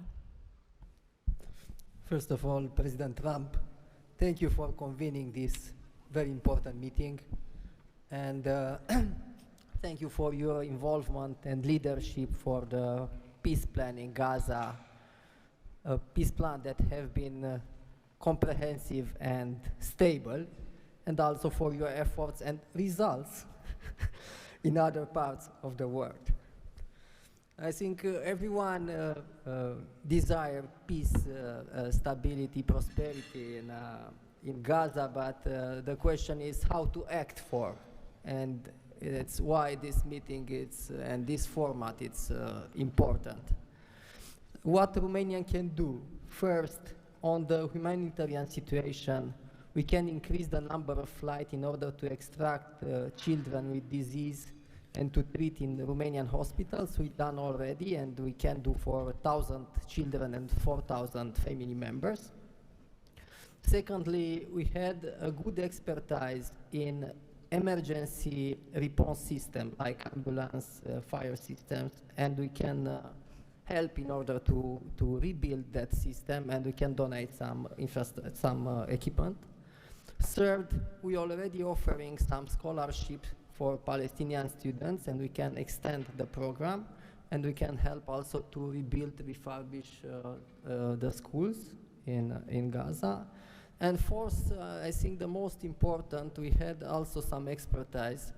We can help to rebuild the institutions, like police, like justice, like public administration. We have done that in other parts of the world, so we have some expertise. We can contribute with experts, with trainers, and also it's important to say that we have traditionally good relation with Jewish people and with the Palestinian people, so it will help. So we can count on us. Thank you.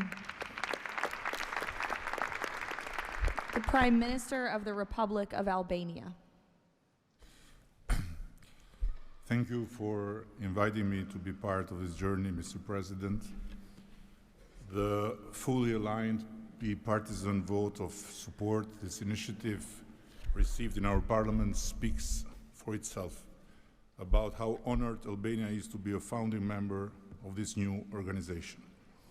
Many in Europe say the Board of Peace is meant to substitute the United Nations.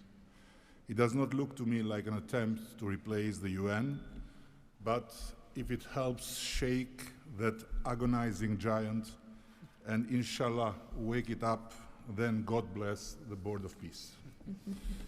Mr. President, we commend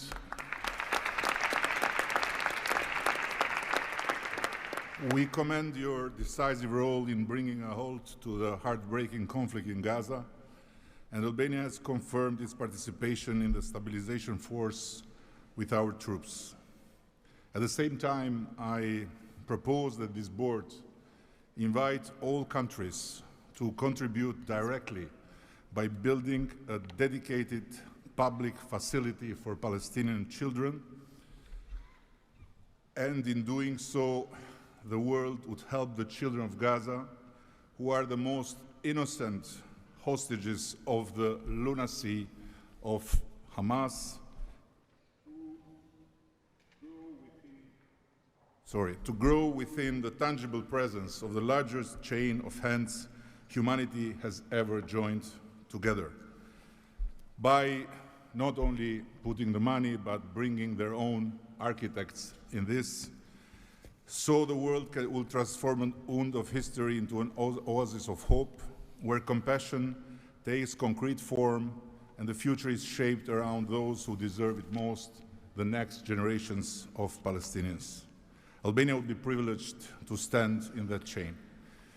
Allow me very briefly to draw your attention to another open conflict closer to home, where President Trump's leadership during his first term brought Kosovo and Serbia closer than ever to a final peace agreement. The president of Kosovo was then brutally prevented from traveling to the White House to sign that agreement in the presence of President Trump. And this was the doing of the very same Sicario prosecutor that went after President Trump himself, and for that became worldwide famous. Today, the Kosovo president have now spent 6 years in pretrial detention before a special court in The Hague, sponsored by several democratic states, some of them present here, that should be shamed of that type of international justice. Just last week, Mr. President, another prosecutor, funded by this great country and its taxpayers, requested 45 years of imprisonment for him, a request that sent shockwave of humiliation through an entire peace-seeking nation. At this moment, only a few months stand between a man who rose from resistance to ethnic cleansing to become a peacemaker and the potentially devastating outcome in a court that has so far failed at every step to uphold the standards of democratic justice. For the sake of God, Mr. President, let's do something before, as you say, very bad things might happen again.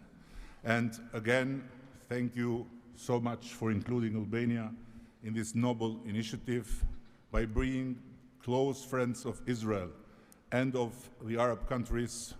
We very much hope to be an added value in your amazing vision.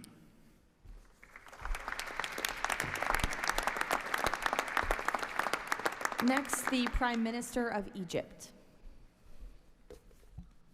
Your Excellency President Donald Trump, distinguished participants, I thank President Trump for convening this meeting. His Excellency's direct involvement and commitment to promoting peace in the region has been instrumental in achieving an end to the conflict in Gaza, which was previously considered unattainable. Egypt supports President Trump's vision to usher in a new era of peace and coexistence among the people of the region, in which the Palestinian people enjoy the rights to self-determination and statehood, in accordance to relevant international resolutions. Egypt also appreciates President Trump's firm position on rejecting the annexation of the West Bank. Egypt supports the mandate of the Board of Peace as a principal framework for governing the transitional period in Gaza. It is necessary to fully empower the National Committee for the administration of Gaza to function effectively from within and throughout the Strip. Also, preserving the institutional and geographical link between the West Bank and Gaza is vital for the Palestinian Authority to eventually resume its role in Gaza.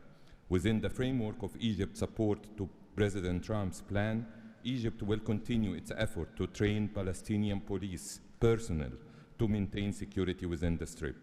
Egypt values President Trump's position rejecting the deportation of the Palestinian people from Gaza as reflected in the 20 points plan, and stresses the importance of initiating early recovery projects in the whole of the Strip in a manner that preserves its geographic unity.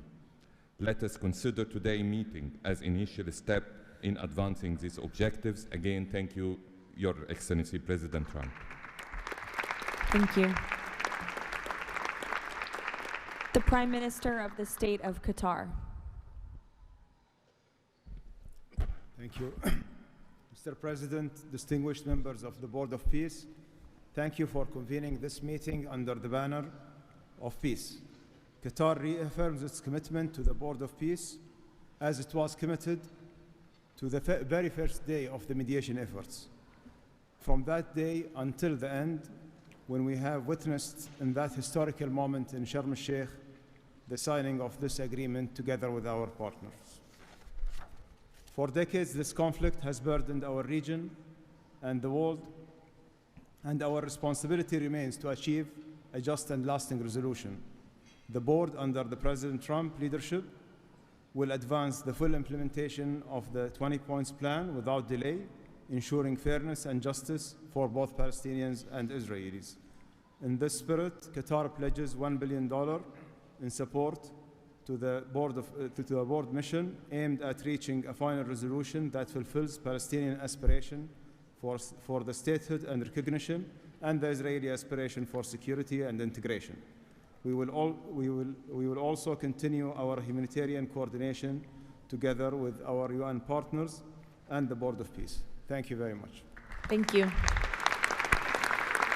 The Deputy Prime Minister and Foreign Minister of the UAE. Mr. President, thank you for gathering us today. I really hope that the beginning of Ramadan will give us all guidance towards peace, coexistence, and living in prosperity with each other. Mr. President, just over 5 years ago, you with your friend, my president, Sheikh Mohammed, and the Prime Minister of Israel launched the Abrahamic Accords. And since then, we've managed not only to work with you, with Israel, towards a better future for the region, but even when October 7th took place, the UAE managed to work with Israel in providing, since the war started, almost $3 billion of assistance to the Palestinian people in Gaza. Today, Mr. President, the UAE announces a further $1.2 billion for supporting Gaza through the Board of Peace, which I'm delighted that I've been working with so many friends like Steve and Jared, Secretary Rubio, who's been so inspiring in so many other ways, on so many other fronts, and looking forward working with him for in the future. And Mr. President, if it wasn't for your support, I think this board would not have been gathered. We would not have had the meeting in New York to end this war, when you gathered 8 leaders of the region to end this war. So, Mr. President, during Ramadan, we pray for your success. Thank you. Thank you. The Minister of Foreign Affairs of the Kingdom of Morocco. Thank you. Mr. President, His Majesty King Mohammed VI welcomes and supports your vision and leadership to foster peace and prosperity around the world, and in particular in the Middle East. Thanks to your peace plan for Gaza, a ceasefire was achieved, a tragic war was ended, lives were saved, and a pragmatic and forward-looking approach to rebuild Gaza was crafted. Today, as a committed founding member of the Board of Peace and upon instructions of His Majesty King Mohammed VI, Morocco is pledging the following in honor of the President Trump's visionary peacemaking. 1, Morocco has already made the first ever financial contribution to the Board of Peace. 2, Morocco is ready to deploy police officers and train policemen from Gaza. 3, Morocco will deploy a high-ranking military officers to ISF Joint Military Command. 4, Morocco will deploy a military field hospital. 5, Morocco is ready to lead a de-radicalization program to fight hate speech and promote tolerance and coexistence. To conclude, allow me, Mr. President, to briefly highlight 4 elements. The conditions set in phase 2 of the your 20-point plan should be met for the success of our action. Preserving stability in the West Bank is crucial. The Palestinian ownership is important through legitimate institutions.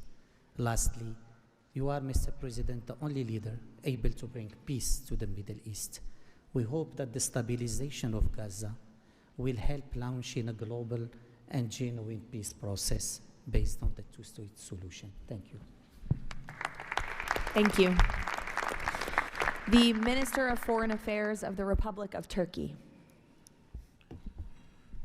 Mr. President, distinguished participants, after 2 years of immense suffering, ceasefire in Gaza has been achieved thanks to President Trump's personal engagement and our collective efforts. Yet the humanitarian situation remains fragile, and ceasefire violations continue to occur. A prompt, coordinated, and effective response is therefore essential. President Erdogan remains fully committed to Gaza's security, stabilization, and recovery. Turkey has already been providing immense amount of humanitarian assistance to Gaza. We can also contribute meaningfully to the rehabilitation of health and education sectors, as well as the training of the police force. In addition, we are prepared to provide troops to the International Stabilization Force.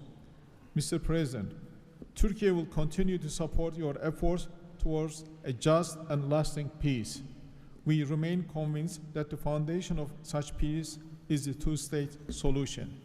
Let us work towards that objective for the benefit of all peoples of the region. Thank you. The Minister of Foreign Affairs of the State of Kuwait.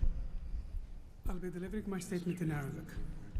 فخامة الرئيس دونالد ترامب، رئيس الولايات المتحدة الأمريكية الصديقة، رئيس مجلس السلام، أصحاب الجلالة والفخامة والسمو والمعالي، الحضور الكريم، السلام عليكم ورحمة الله وبركاته. أود أنقل لكم تحيات حضرة صاحب السمو الشيخ مشعل أحمد الجابر الصباح، حفظه الله ورعاه، أمير دولة الكويت، وتمنيات سموه بالتوفيق والنجاح لأعمال هذا المجلس.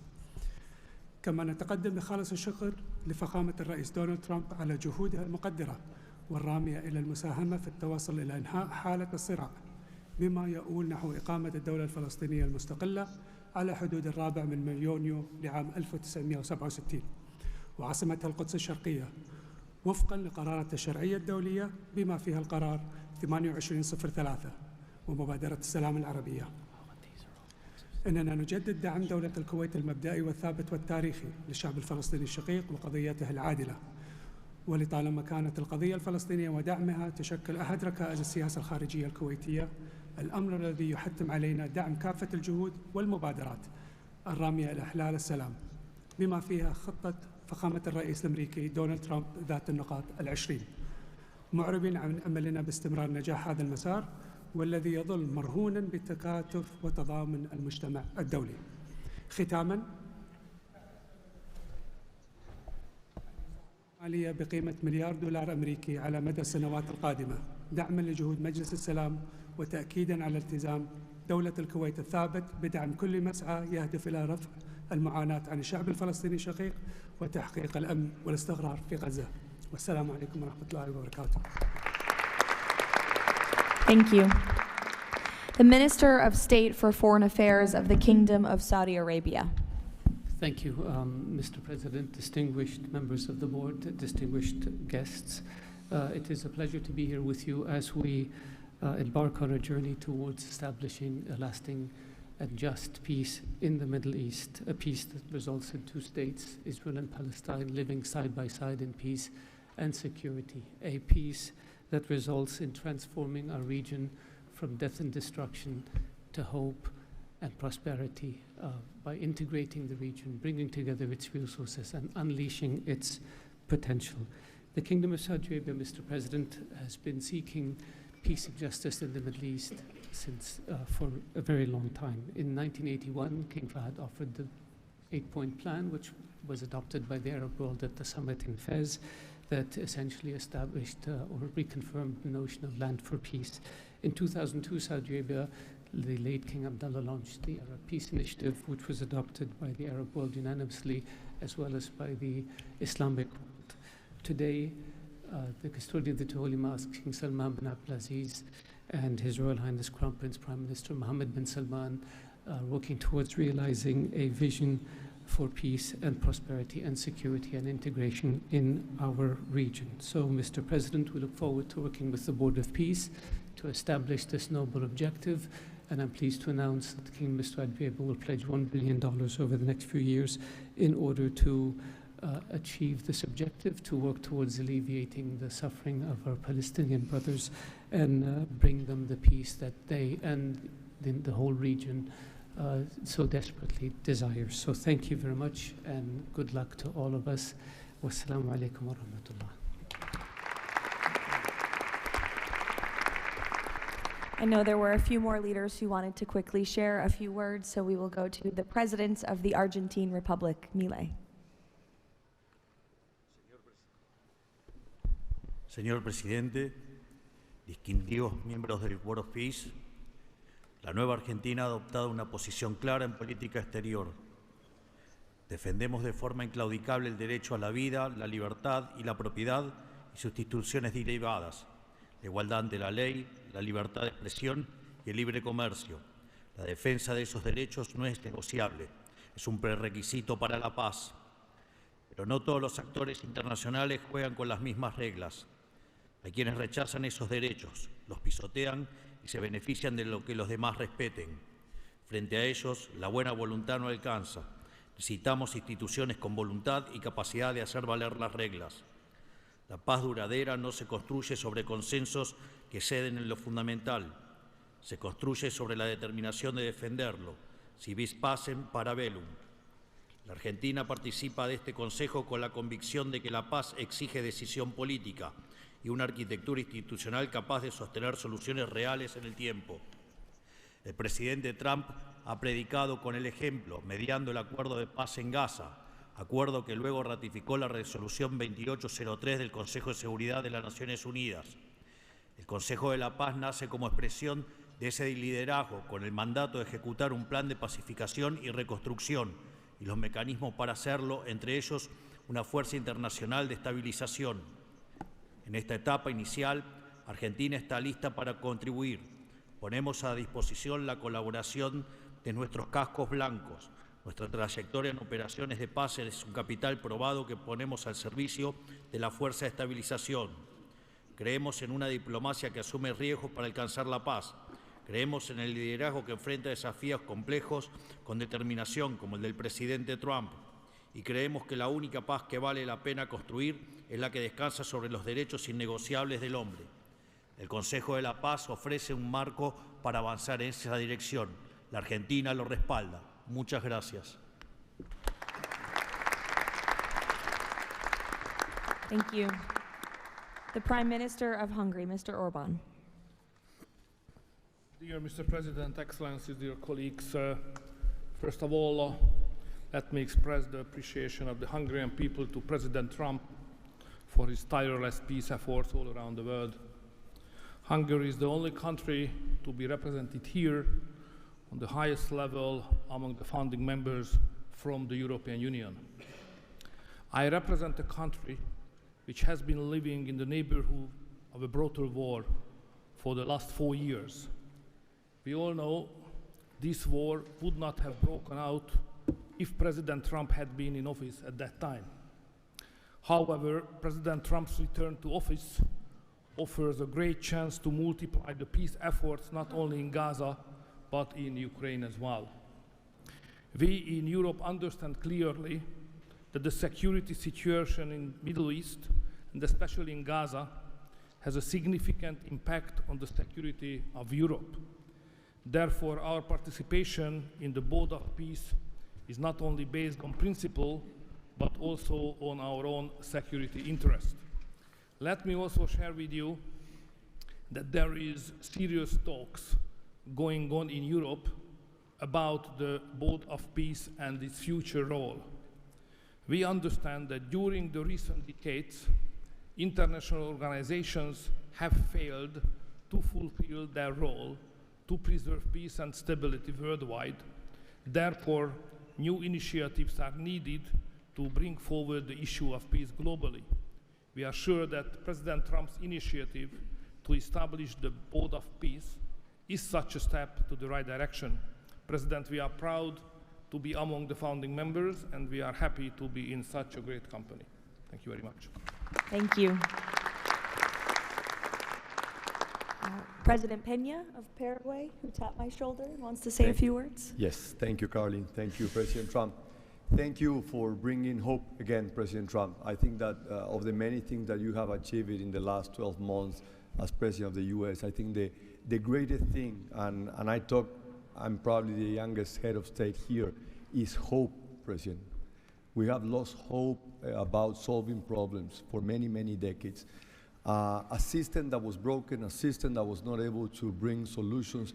Now we're seeing that thanks from your leadership, we are solving the issues. I come from a country that 160 years ago faced extinction. We went to a war against our neighbor and we lost 60% of our territory and 90% of the male population. So we know on our own flesh the hardship and all the difficulties of war.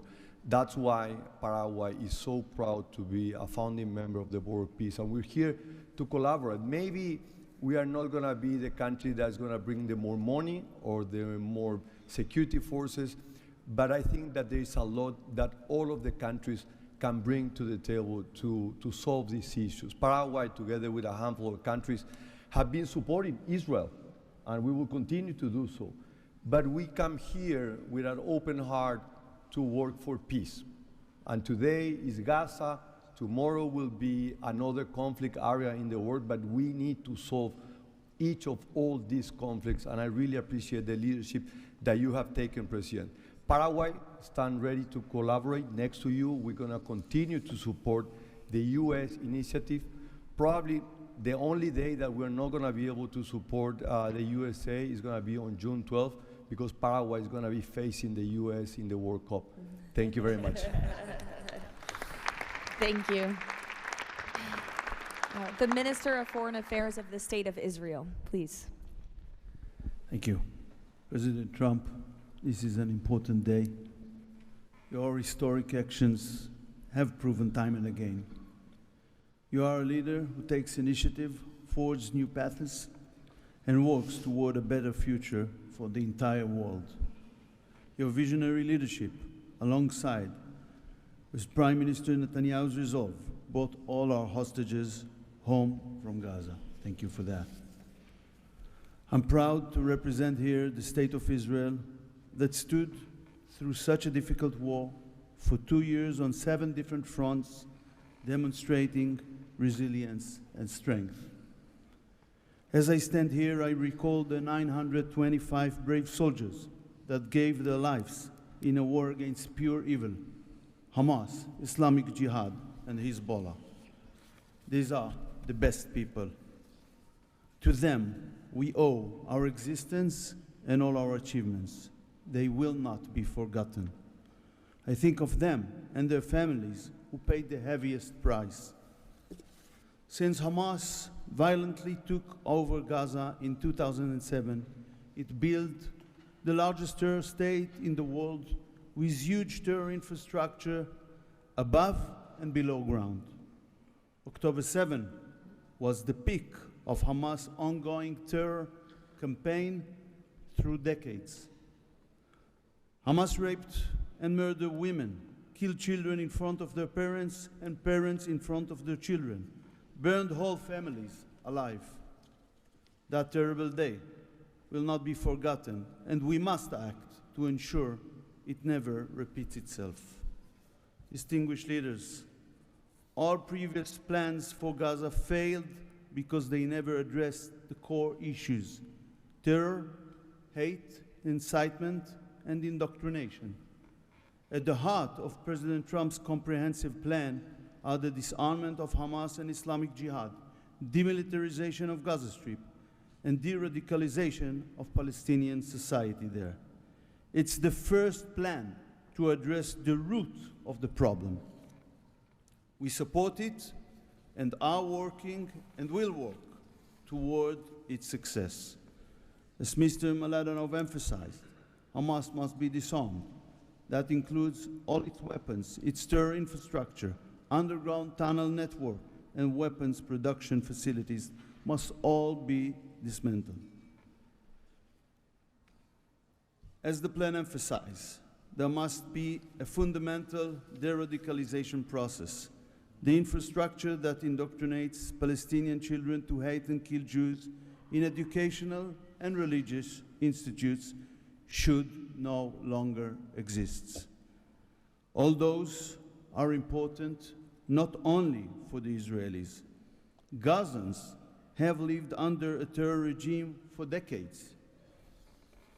The people of Gaza must be liberated from these terrorists. I want to make this opportunity to wish Muslims around the world Ramadan Kareem. Distinguished leaders, President Trump's visionary leadership creates, for the first time, an opportunity for a better future. On behalf of Israel, I say thank you, Mr. Trump. Thank you for your leadership. Thank you. Lastly, the Prime Minister of Pakistan.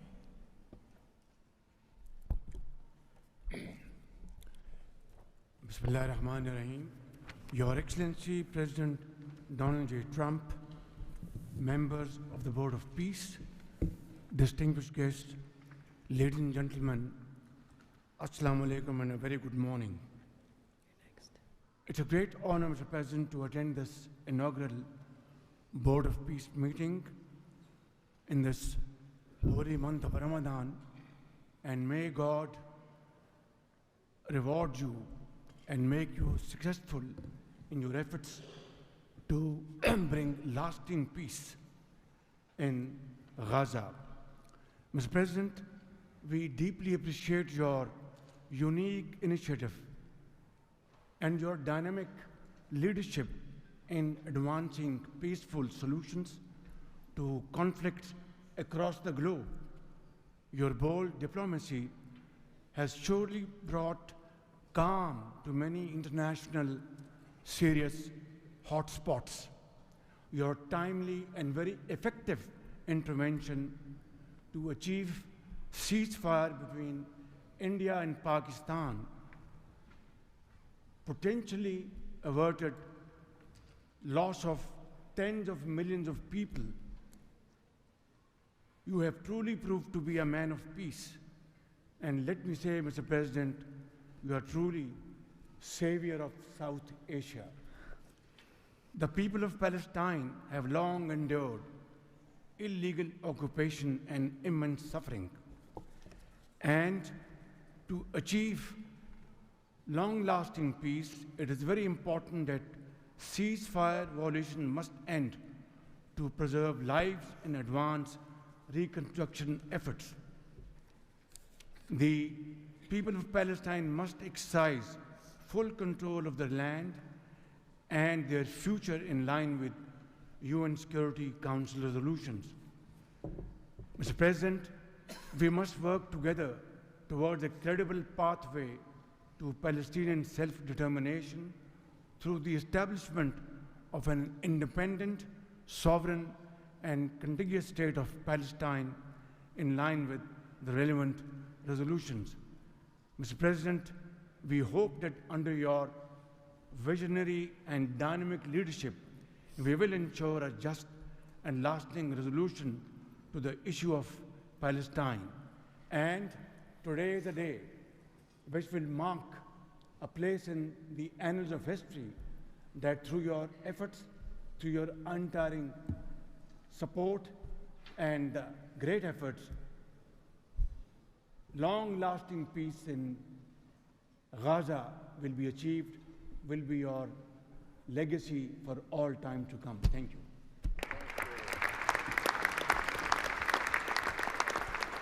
Thank you. We will now hear from the president of FIFA, Giovanni, to share more about FIFA's new partnership with the Board of Peace. Thank you, Caroline. Dear President, distinguished leaders, dear friends, I just have 3 quick points I want to mention now. Football, that's the first point, football, or soccer as it is called, here is the world's universal language. It is spoken by 6 billion people, 6 billion fans who have the same feelings. It's about hope, it's about joy, it's about happiness, it's about coming together, and it's about uniting the world. Mr. President will unite the world here this summer during the World Cup, but if we truly want to unite the world, we need peace, of course. And this brings me to the second point, because today we announce a true partnership between the Board of Peace and FIFA, and I'm very proud and very happy to announce this. After having heard your presentations in Davos, I was feeling that we need to help, we need to do something. Everyone has to support peace. Everyone in this room, Mr. President, everyone outside of this room who would like to be in this room has to support peace as well. We all have to contribute for this, and that's why FIFA wants to contribute, because we don't have to just rebuild houses or schools or hospital or roads. We also have to rebuild and build people, emotion, hope, and trust. And this is what football, my sport, is about. And the third point is that, of course, as you all know, images speak louder and better than words. So we prepared a short video, and you can watch this video. I invite you to look at it carefully. Thank you very much. God bless peace, and God bless the Board of Peace. Ramadan Kareem. Thank you.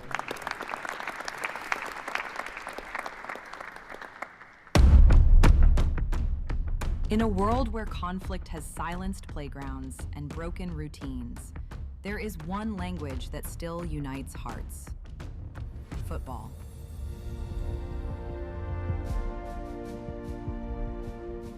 A simple ball, a shared field, a reason to believe again. Today, FIFA and the Board of Peace come together to turn football into a bridge toward peace, dignity, and hope. Through this partnership, a complete football ecosystem will be created. FIFA and the Board of Peace will build football pitches, FIFA arenas, academies, and stadiums. This initiative will support the creation of leagues at youth, amateur, and regional level, strengthening community engagement both on and off the pitch. It will also generate diverse professional opportunities, supporting the development of local talent not only on the field, but across all areas that bring football to life. Football does more than create players and coaches. It rebuilds confidence, restores routine, reopens doors to education, teamwork, and belonging. Local communities take the lead. Parents, teachers, volunteers, youth leaders, all becoming part of a shared mission to heal, to rebuild, to move forward together. Around every pitch, new emotions and long-lasting memories emerge. Community matches, fan gatherings, youth education, and sport programs. New job opportunities appear to become coaches, players, sport doctors, administrators, events organizers. We will create football ecosystem with thousands of people to be involved and engaged constantly. Together, FIFA and the Board of Peace will build, in Gaza, 50 FIFA arena mini pitches, with a cost of around $50,000 per unit. This represents a $2.5 million investment. 5 full-size pitches in 5 different districts at around $1 million per pitch. A FIFA academy with an estimated investment of $15 million. And a national stadium for 20,000 to 25,000 spectators, valued at around $50 million. These investments will create a complete football ecosystem designed to support communities and future generations. FIFA and the Board of Peace, united for football, committed to peace.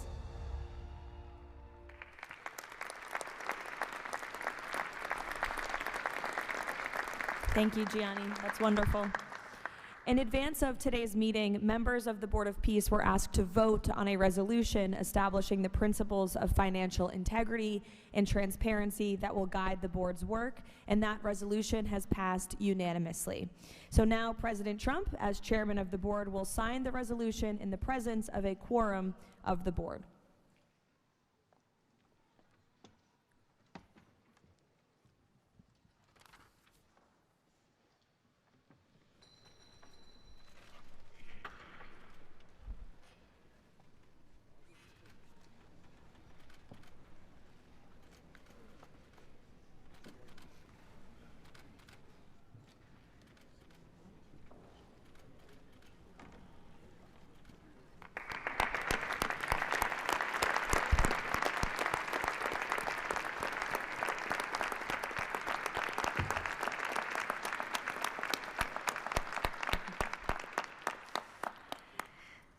Now, while this is not a fundraiser, the Board of Peace has already inspired remarkable support from so many on this stage.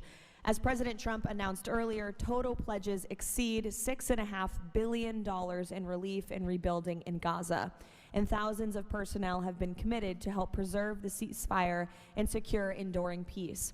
I would like to ask the heads of the following delegations to join President Trump on stage as he signs the fundraising pledges: Albania, Azerbaijan, Bahrain, Egypt, Indonesia, Jordan, Kazakhstan, Kosovo, Kuwait, Morocco, Qatar, Saudi Arabia, the UAE, and Uzbekistan. Please join the President as he signs the fundraising pledges.